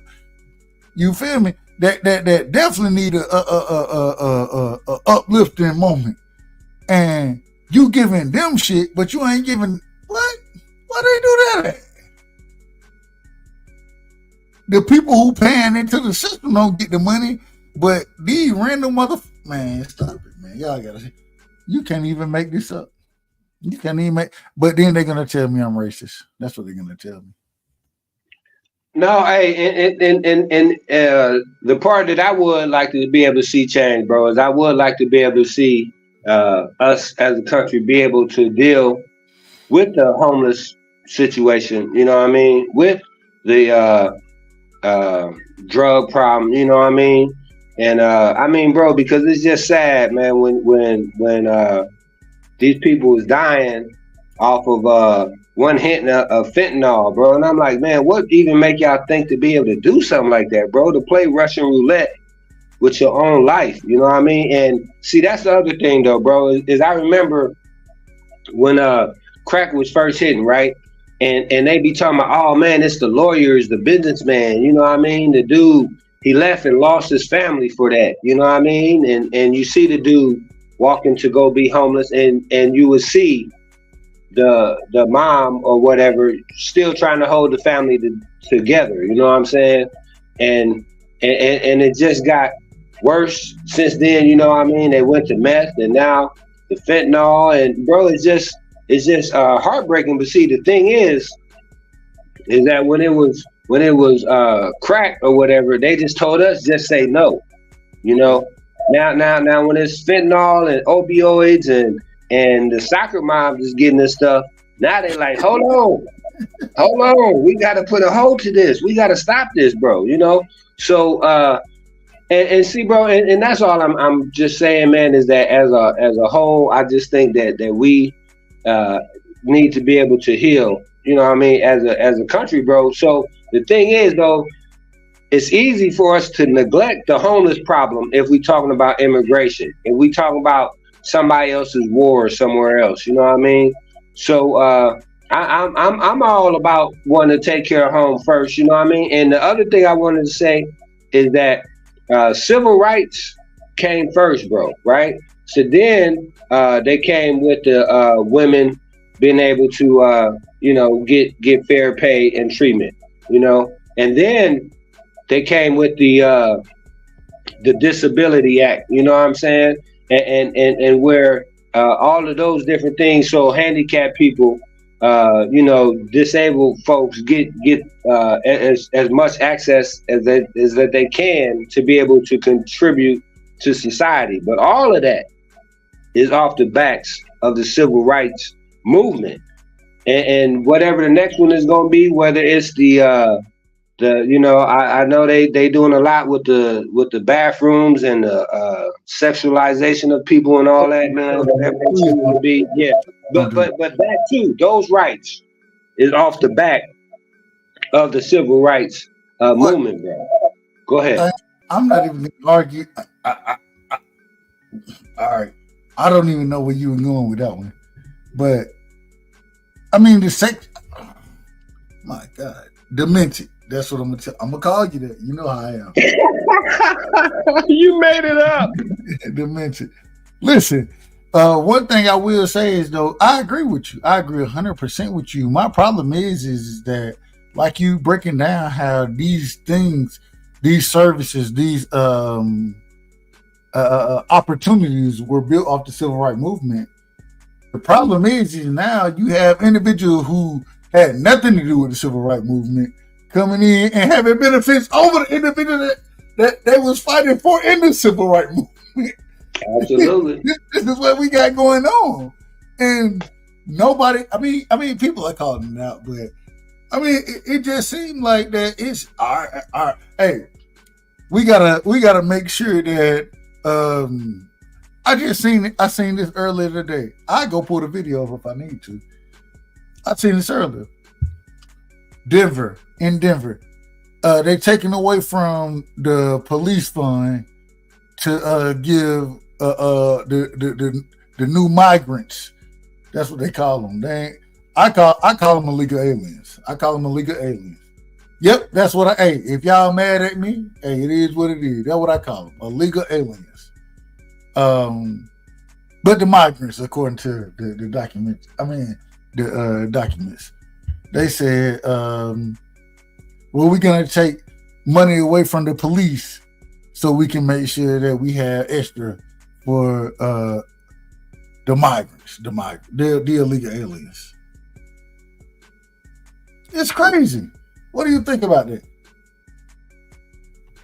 I think, bro, that is horrible because first off, I believe that they needed to do more with the especially after George Floyd and all the other ones that we had to go through, bro. I thought that they was going to do a better job of community policing and being able to make sure, bro, that we can have justice, from renegade policemen and police stations, And then look, bro, where's that down in Mississippi, where they found that the police had been offing people for years. And just putting them up missing, putting them in mass graves, bro. Come on, man. Now, like bro was talking about earlier, when we did have a Black Wall Street, and what they do, they go down there and destroy it, right? And then put them people in mass graves. Hold on, bro. Where them people don't even get a proper burial, and their family don't even know where they at. Go ahead, fam. Well, my question is this. Do you feel that those are the same practices of today? Well, yeah, I don't see why not. I mean, because they just found it this year. They just broke the story. Now, the thing is after they done it, They ain't talked about how they gonna resolve it. I've not heard anybody going and being able to speak on it. As far as the publicity goes. So I think, bro, that we have to hold the people accountable, bro. And that brings me back to your guy, Chump. He think, bro, that he don't got to be held responsible, and it's a proof because the judge put a gag order on him, telling him stop disrespecting the proceedings, and every single day he go out there and go do it. Now we all know if it was anybody else, especially us, we would be in jail for contempt of court, bro. There is no doubt about that to me, right? But especially if he say, hey, you say one more thing about this whole thing, you going to jail. And we come out and say, he's deranged. You know what I mean, bro? You gone. It's over with. So, hey, D-Ray, you know what? It's so hold on. I want you to come up on. I want you to respond to this one right here. You know what the greatest part is that you're right and you're wrong at the same time, and I'm right and wrong at the same time. Let me tell you why. Because first things first, I don't think if it was me or you, they ain't got to put no gag order on us. Why? Because anything we say, nobody don't give a fuck anyways. That's the But this. Okay, go ahead. But the second thing is, I agree. If we did get gagged, they'll lock our motherfucking ass. And we'll be held in contempt like a motherfucker. But this is and then hold on. Go ahead. Yeah. No, I just want to say, and then what Big Mouth gonna tell us? Boy, you weren't supposed to say nothing. You supposed to shut up. Hey, but this is the most brilliant part about all of it. Trump can do that shit because if they lock his ass up, guess what's gonna happen? The nigga gonna get sympathy. And hold on. But if they don't lock him up, guess what he gonna do? Sit up here and talk shit. Which one you gonna take? You gotta take one or the other. Yeah. I guess they're gonna have to let him talk, bro. No, you gotta let him talk. What they gonna do? Keep finding them. All right, hey, I already said this. Every Monday, Trump need to bring $10,000 to the court. They go ahead and pay you $10,000 on Monday and get all your bars off, man. Get your bars off. You feel me? Good. Absolutely. But because if they and this is the thing, this is the one thing I don't like about gag orders. They gag. I don't know if you know. You remember the Baltimore? What's the lady name? What's her name? You know who I'm talking about? The Baltimore. She was like the Baltimore DA. Okay. And she was the one who went after the cops who killed Freddie Gray. Yeah. And now they going after her, right? Yep. And she got gagged. She got gagged for 3 years. She ain't been able to say shit. And now only reason she able to say shit now is because she's supposed to order everything that happened. There it goes. Shout out to T. White in the building, man. Salute T. White. Yeah, that's the one. And Mosley. There you go, right there. I put Mosley. But she ain't been able to say shit. She ain't been able to say a goddamn thing. Nah. And the difference is she ain't got, man, you can't just be giving money up like that. Well, Trump can, but a regular individual, and they going after her because she went after those police officers that killed Freddie Gray, right? And I mean, it's crazy because now it's coming out. Only reason she able to talk it because the sentencing is supposed to be happening on the 23rd, and they talking about 40 years or something like that. This is ridiculous. And get what she get what she charged on. Get what she charged on, D-Ray. Hey man, it sound like you making it up, bro. Go ahead. What is she charged on? Bro, she charged on, so she went and she wanted to buy a property.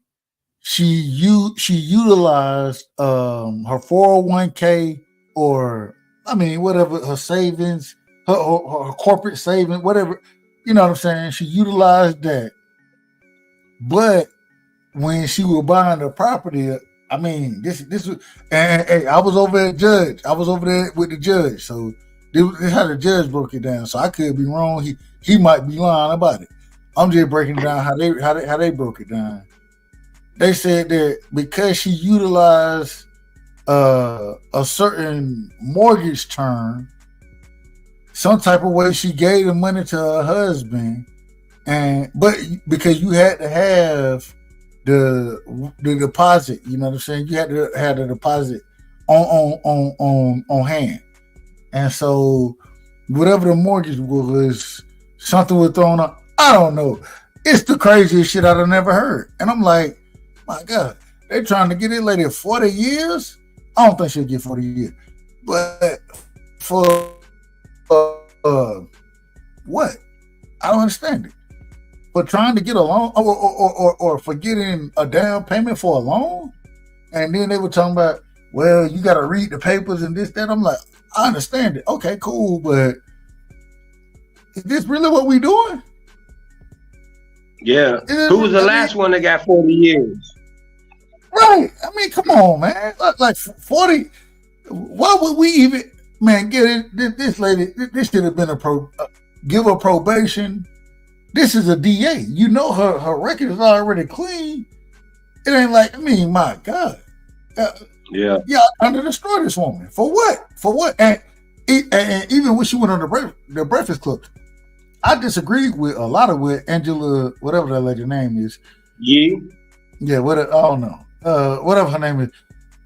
I disagreed with a lot of what she said, but I'm like, ain't no way you need to have this lady up here sitting next to you and you criticizing the damn judge.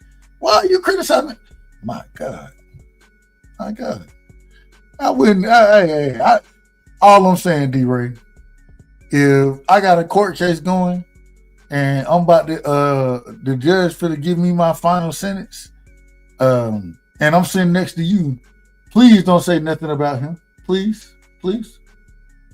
Oh, you don't want me to vouch for you, bro? No. You don't want me to, No. Hey, don't talk to him. He's gonna give me a gag order, huh? Hey, bro. Hey, and real quick, I just want to know this, man. 'Cause I just started this though. But did you see the one, man, where the police guy went to the young brother's house that was in the military and shot him without giving him any? He didn't give him no command.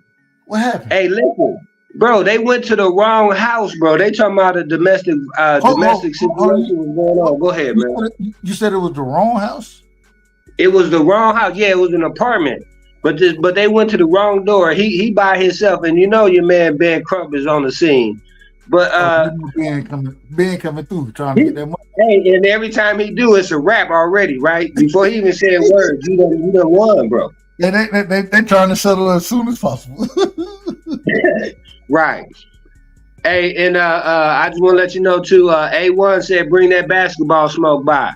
Unless you said Ant-Man the MVP, A1, you might be a little bit behind that boy. Look, go ahead. Hey man, hold on. Wait a minute. What did he say? Listen.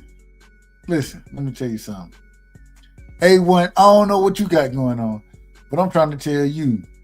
Shout out to Speaks, man, or Specs. Specs. I never know what it is. That the three messed me up.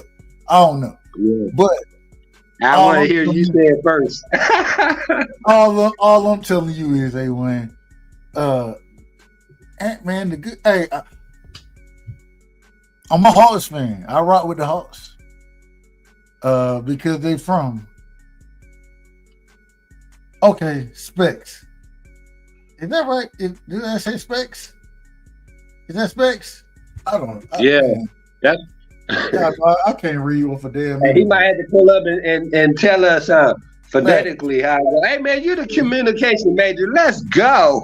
I'm horrible. Listen. I'm good at interpersonal communication. Reading that shit is literature, nigga, or I don't know what language arts. I don't know. I don't do none of that shit good. Yes, sir. You Yeah, hey, appreciate he it, said bro. you got it right, bro. He said you got it right. All right. But all I'm saying, look, I was always a Carmelo Anthony fan. That's who I rolled with. Before that, I was a UConn fan. I mean, I never really just rode with a NBA team like that. You feel me? And so even now, I rode with the Cowboys.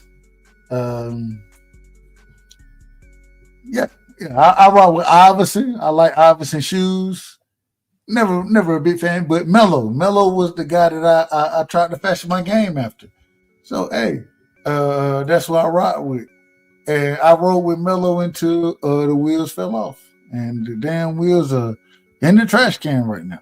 And so, I rode with the Hawks, but I will. Hold on, Brian Corbin just lit you, man. Go ahead, read that comment.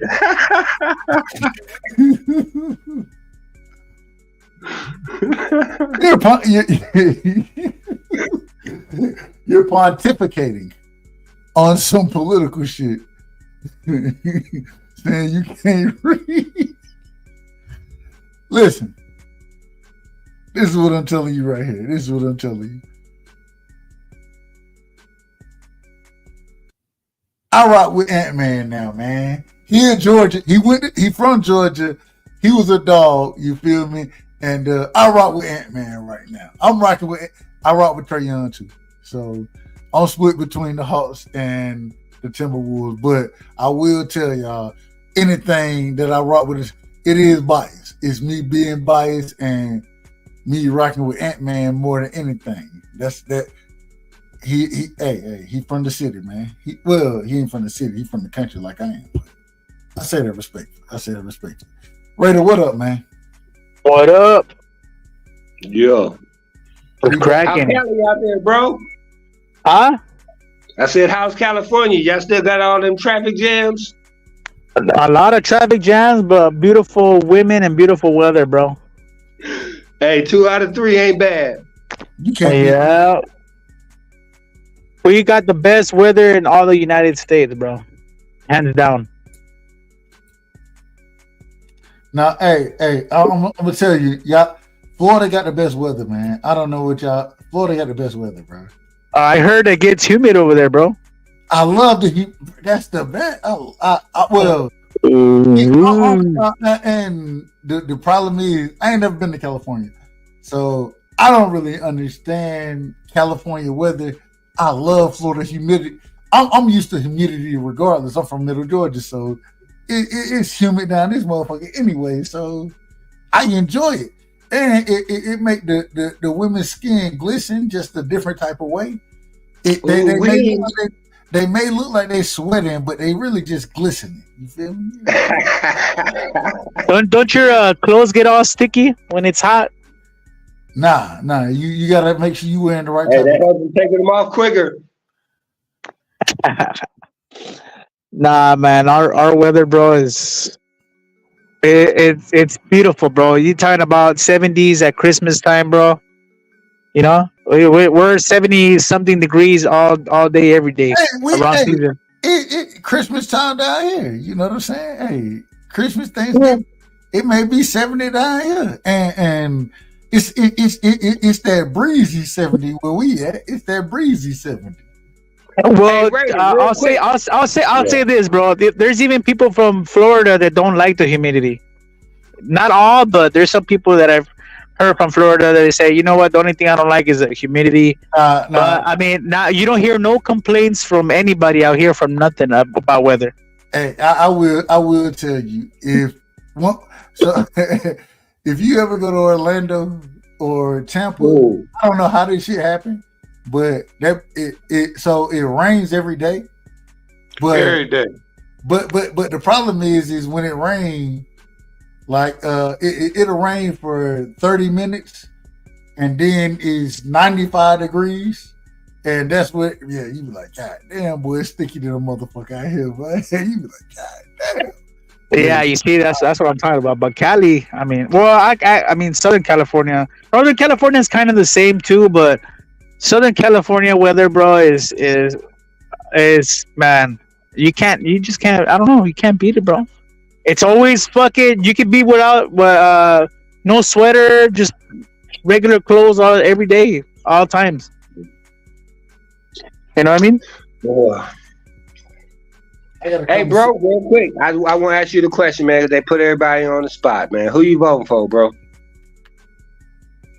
For who? What fight? No, I'm talking about for the presidency. Trump or Biden, man. Trump or Biden. Oh shit, bro. If you look at what's going on right now, bro, and so yeah, in order, okay, I'll say this, bro. Just tell us who, man. Let me cook. Watch, check this out. So when Trump was in office, how was besides his personal and his political views, how was your lifestyle of living? Much better than it is now. Exactly. Right now, bro, this shit is ridiculous, bro. I told you, D-Ray. Most people understand. People understand the same way I do. I don't give a fuck. I don't have to like Trump, bro. I don't have to like him. I did better under his presidency, bro. Like, I don't know what y'all want from me. I did better. So I'm gonna vote for the individual where I was able to be more successful. Like, it is what it is. It's like this, bro. Right? I'm gonna put it to you like this, bro. If you're at a job, all right, and then you have two bosses, they're both dicks, and you don't like both of those guys, I'm gonna go with the guy that pays me more, bro. Thanks. Bro, I don't give a fuck about liking you or not. If my bottom line is better, that's what I gotta go with. I gotta go with my bottom line because at the end of the day, I dislike a lot of things about both individuals. I could care less about that. I need to know where I'm gonna do better at. That's what I need to know. Correct. And whether you like the guy or not doesn't matter, right? As long as you do better. Shit. I don't give a fuck about liking them. I just need to. I don't. Anytime I vote, I'm not voting on emotion, bro. Like, I'm voting strictly on who do I think helps me, whose policies are better for me. That's what I'm voting on. That's it. Nothing else. Yep, I agree. I mean, I don't. Y'all gotta. I say it respectfully, D-Ray. You know, and you my big homie. But y'all gotta stop this whole. I don't even know what this is. We gonna vote because hey, damn voting. If you're a Democrat, you know what I'm saying. Damn voting for Democrats. If you're a Republican, damn vote for Republicans. Hey, be independent and just look at what policy benefits your life better. That's it.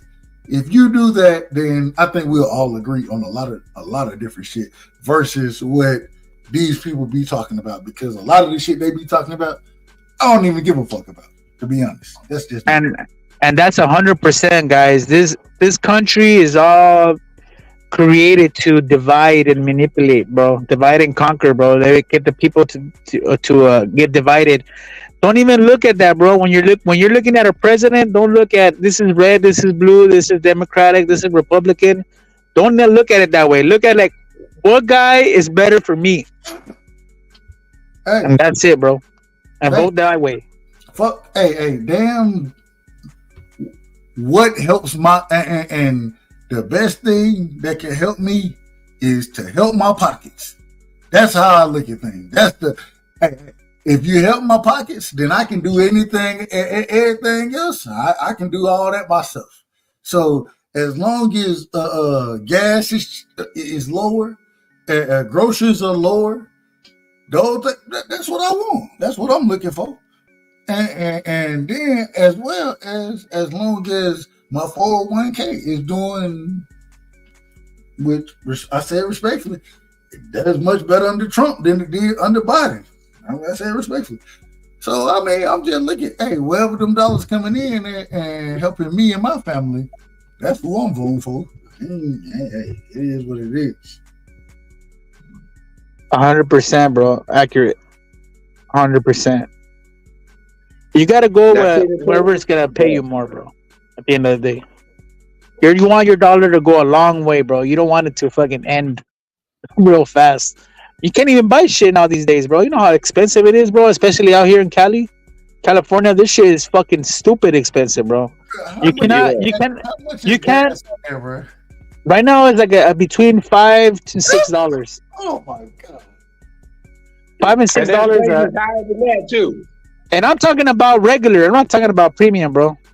Bruh. Regular. I mean, premium.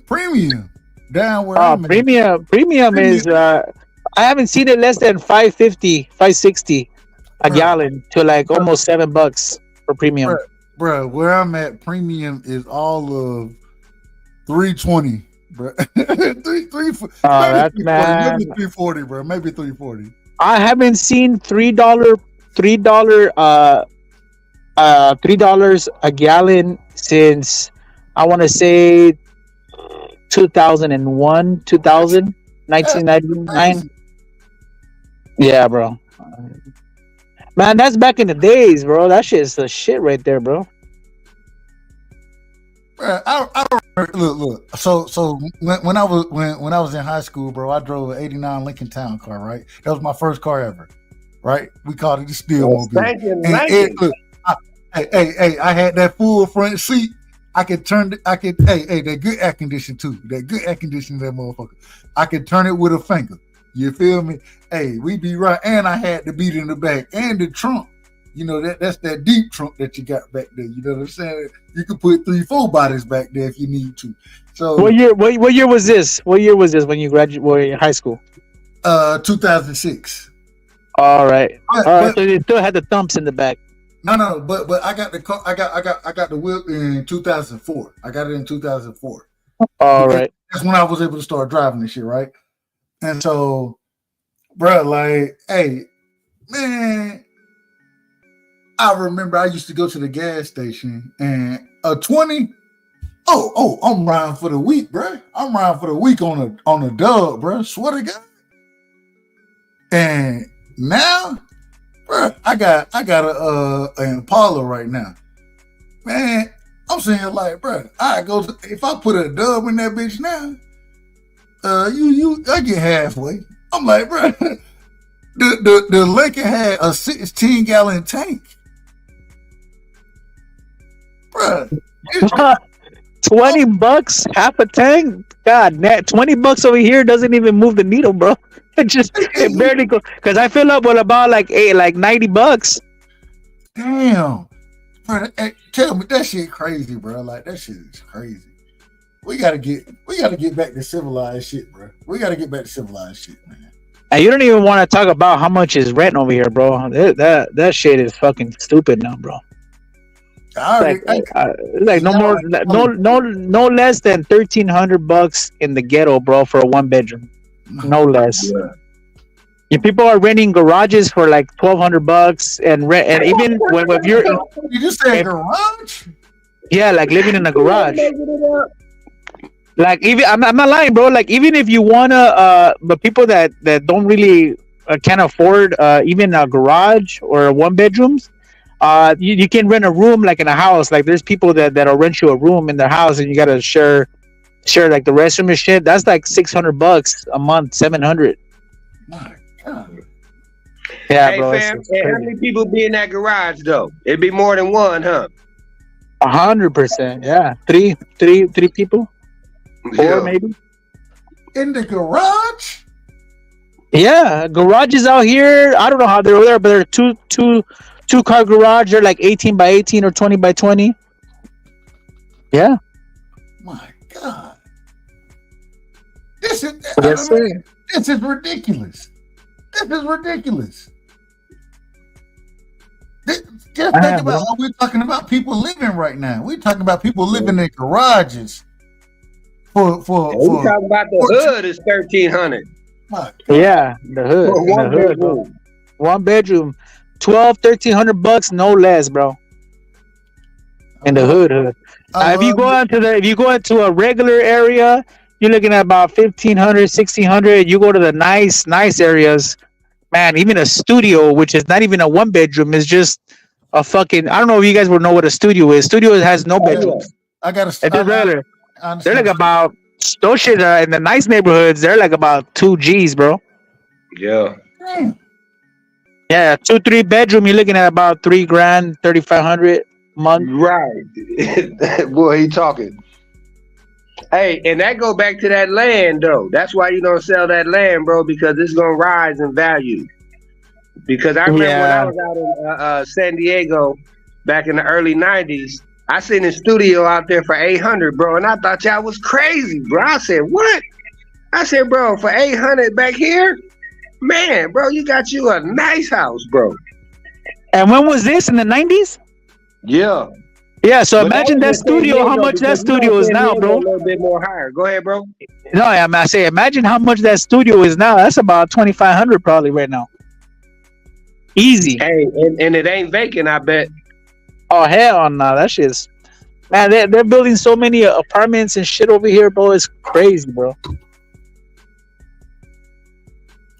Too many people out here. Too many people out here. And I don't know how people can afford it, bro, because that shit's fucking...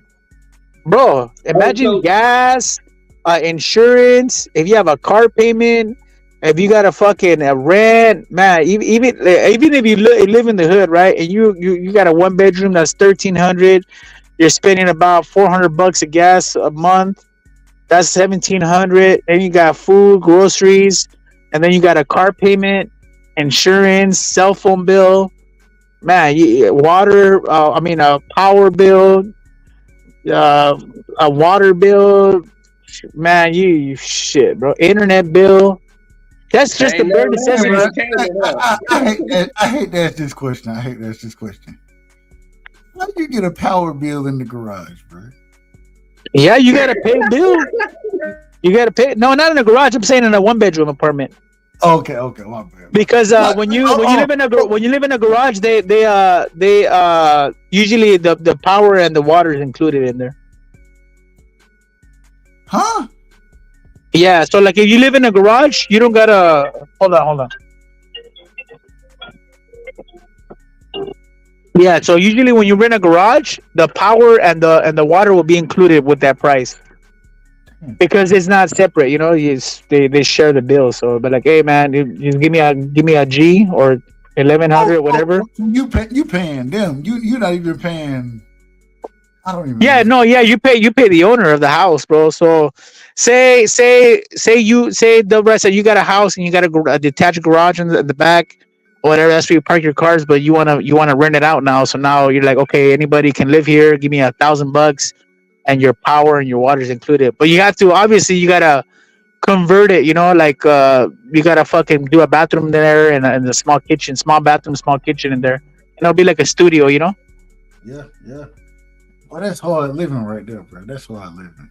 Yeah, a lot of people do that shit over here. I don't know if you look up in the news, bro, and look, it's called an ADU, an additional dwelling unit. So they're converting these garages into like little studios. So this is a regular thing? Yeah, fuck yeah, they're doing that because there's too many people out here. It's probably cost you like about $80,000 to do it. All right, Raider. So I'm putting you on the spot right here. You ready? Go for it. All right. So when we talk about illegal immigration, what's your thoughts on illegal immigration? As far as like being specific, how like there's a lot of shit about illegal immigration. All right, so let me rephrase it then. First things first. Do you think that what we're seeing right now, we're seeing that the individual they're getting things that actual citizens of the country isn't getting? Right, as far as the food, the cell phones, getting moved around the country, the transportation, they're getting things that the actual citizen, the homeless citizens, respectfully, I say that respectfully to those brothers and sisters, but they're getting things that they're not getting. What's your thoughts on that first? That's the fucking most retarded shit I've ever heard in my life, bro. These guys. are coming in here, and the government's fucking hooking up with free room and board and food and money, bro. And we have all these homeless people that are citizens here not taken care of, bro. It doesn't That's even fucking. make sense, bro. It makes no sense, bro. Yeah, it doesn't make no sense, bro. So you got guys that are waking up in the morning like me and going and working, and you got other people that are coming in this country, and they're getting free. They don't gotta wake up in the morning. They don't got. Yeah, they're getting they're getting taken care of. That's bullshit. But you know what? It's all. We know why it's happening, right? Biden opened the borders. He's doing it on purpose so he can get votes, bro. And a lot of people can say, yeah, you know, if you're illegal, you can't vote. Yeah, but what happened the last time, bro? There was a lot of instances where there's people that were found voting with people that were with names of people that were dead. You know, like all these fake names. You know, these obviously, right? If you're think about this, bro. If you're from another country and you hear, hey, the United States, the president, he's telling you can come over, we'll give you money, we'll give you that, you know? What are you gonna vote? You're about fuck yeah, Democrat, bro. But one or two things. So I do think that the states, they have to crack down on the voting system. But even if they do, one thing that people miss, I brought this up earlier today. When you have, remember, the majority of the places that these individuals are going are to quote unquote sanctuary cities, right? And one of the things that you have is when you have the census come out, the census, and if you go look at the last census that came out, they no longer ask if you're a resident of the or if you're a citizen of the country. They don't ask that on the census no more. The reason being is because what they're able to do is to go into these sanctuary cities, and then that adds seats in Congress, right? It adds seats because you have more individuals there. And so this is one of the things that people don't even understand what's going on. I say respectfully, most folks don't even care about what's going on. But when you're able to go in, especially if you look at the majority of sanctuary, I think all. I ain't gonna say the majority. I think all the sanctuary cities are democratic cities. You know what I'm saying? Usually major metro areas. You feel me?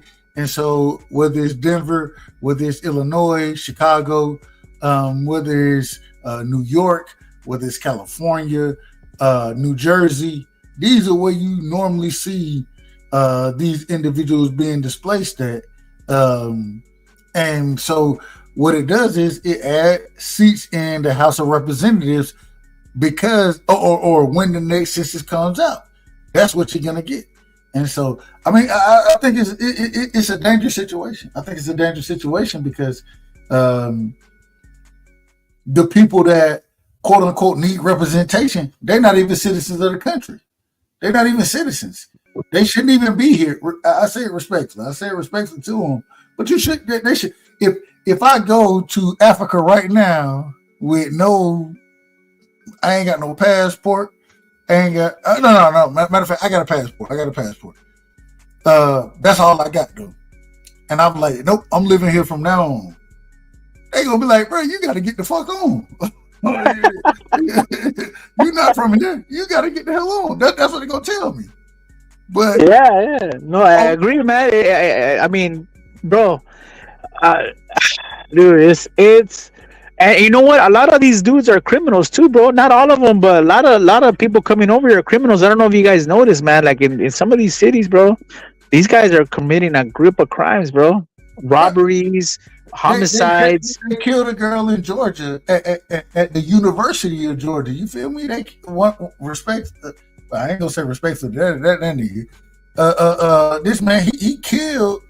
You know what I'm saying? As an illegal immigrant, I stop saying. I ain't saying respectfully. This nigga ain't got no respect for him. This man killed a woman that was going to the University of Georgia to become a nurse. He killed her. Yeah, no, man, and not only are these guys, so I don't know if you guys heard over here in Victorville, where Ryan Garcia's from, right? Over there is like desert, right? They, I don't know if you guys heard on the news, maybe like 2-3 months ago, they found 6 people dead, thrown in like the desert, right? They were all from these. Yeah, they were from Honduras. They I think they robbed like a drug dealer, like a Connect. Uh, they robbed them, a cartel dude, and these they fucking killed all 6 of them. They threw them in a. There was 2 cars there, all full of bullet holes. They threw the bodies. They dragged them. They fucking threw them on. They piled them up on top of each other and they burned them. It was all over the news, bro. That shit was all everywhere. But I mean, some of these guys don't give a fuck. They just. I mean, it just. And my thing is this.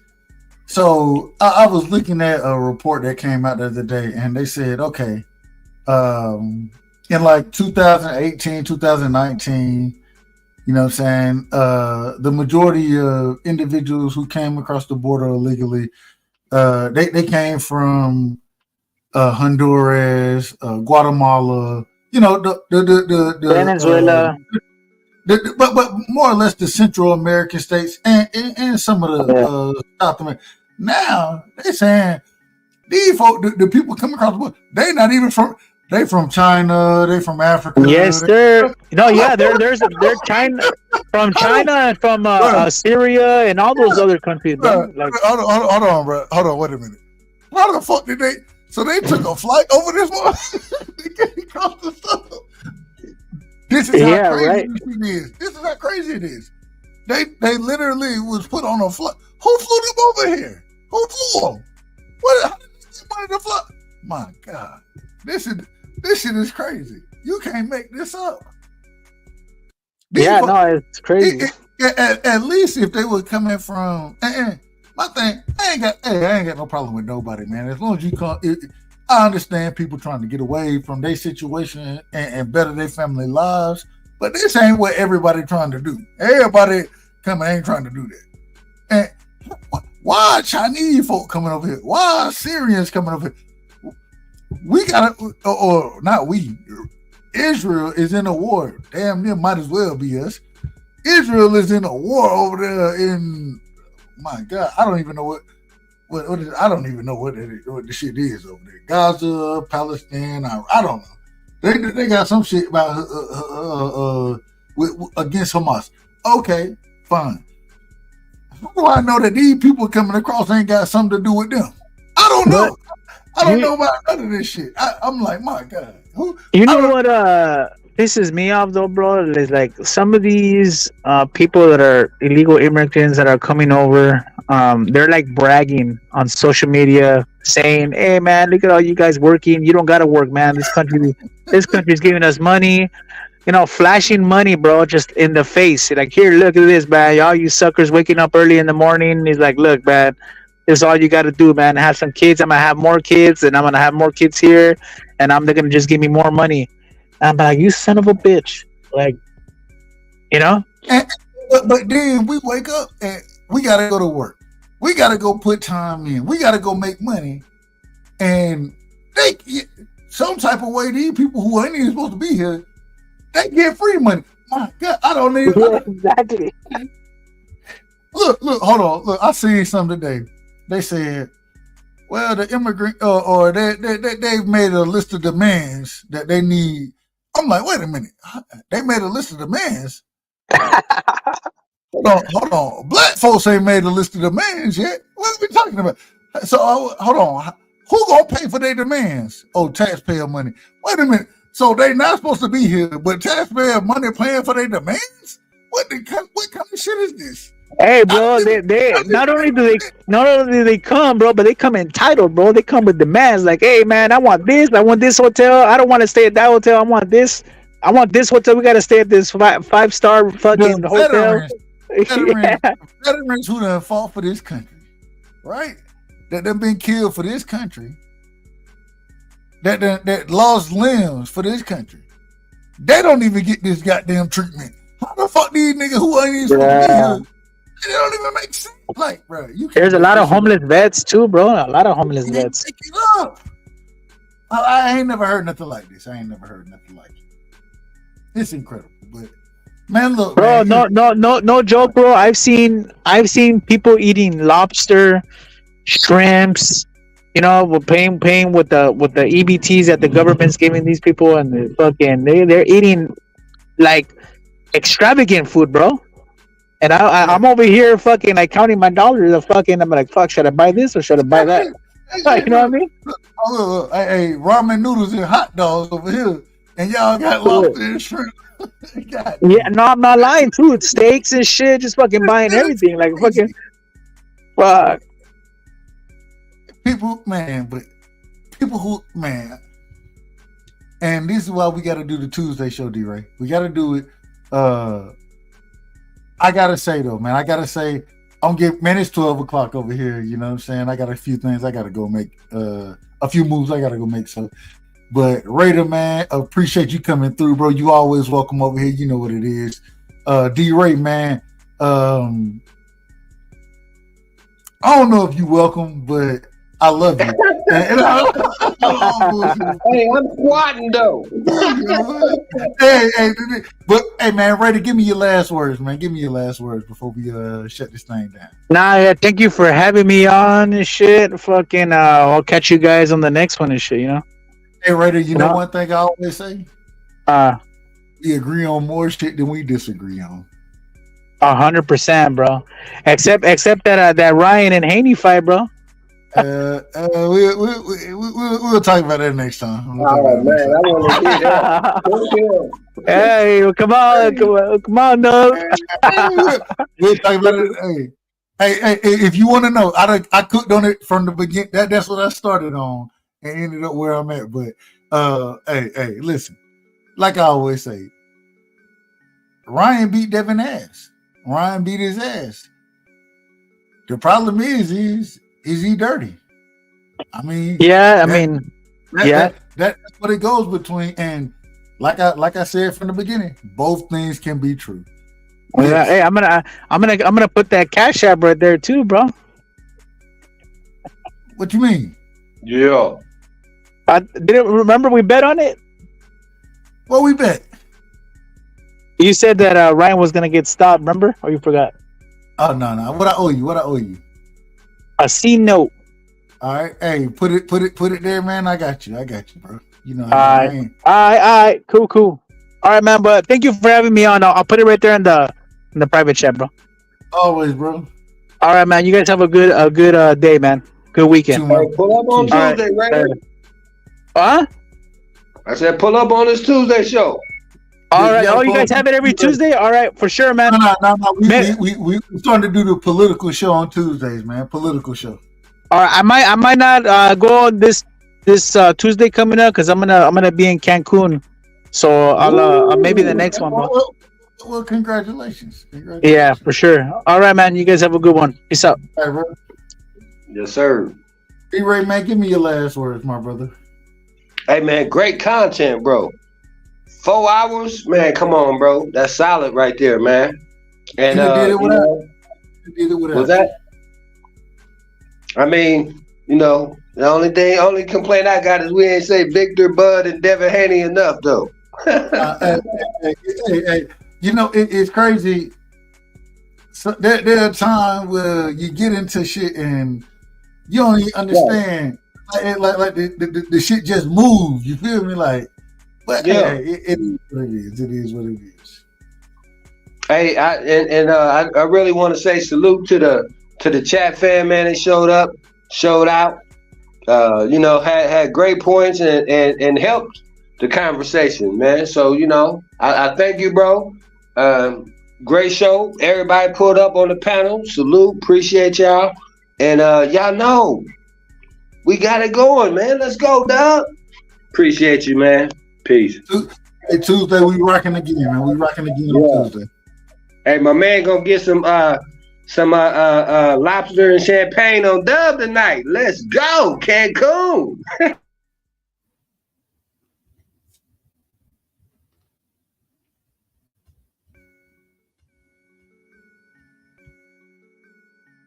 Hey, man, shout out to the family, man. Much love and respect. Appreciate everybody who came through. You know what I'm saying? Hey, we had a good show, man. We had a good show. And, hey, we're going to do it again. We're going to do it again. So much love and respect, man. And I appreciate y'all, man. Just know when you're over here, man, you're rocking on the right side, man. And, hey, no better place to be than the right side. Bud Crawford is a fight fan, and he's a fight fan's fighter. The Ennis Express is a runaway train. Ain't no pressure when you built for this. Man down, round one. The truth hurts. Ladies and gentlemen, presenting the undefeated super flyweight from San Antonio, Texas, Jesse Bam Rodriguez!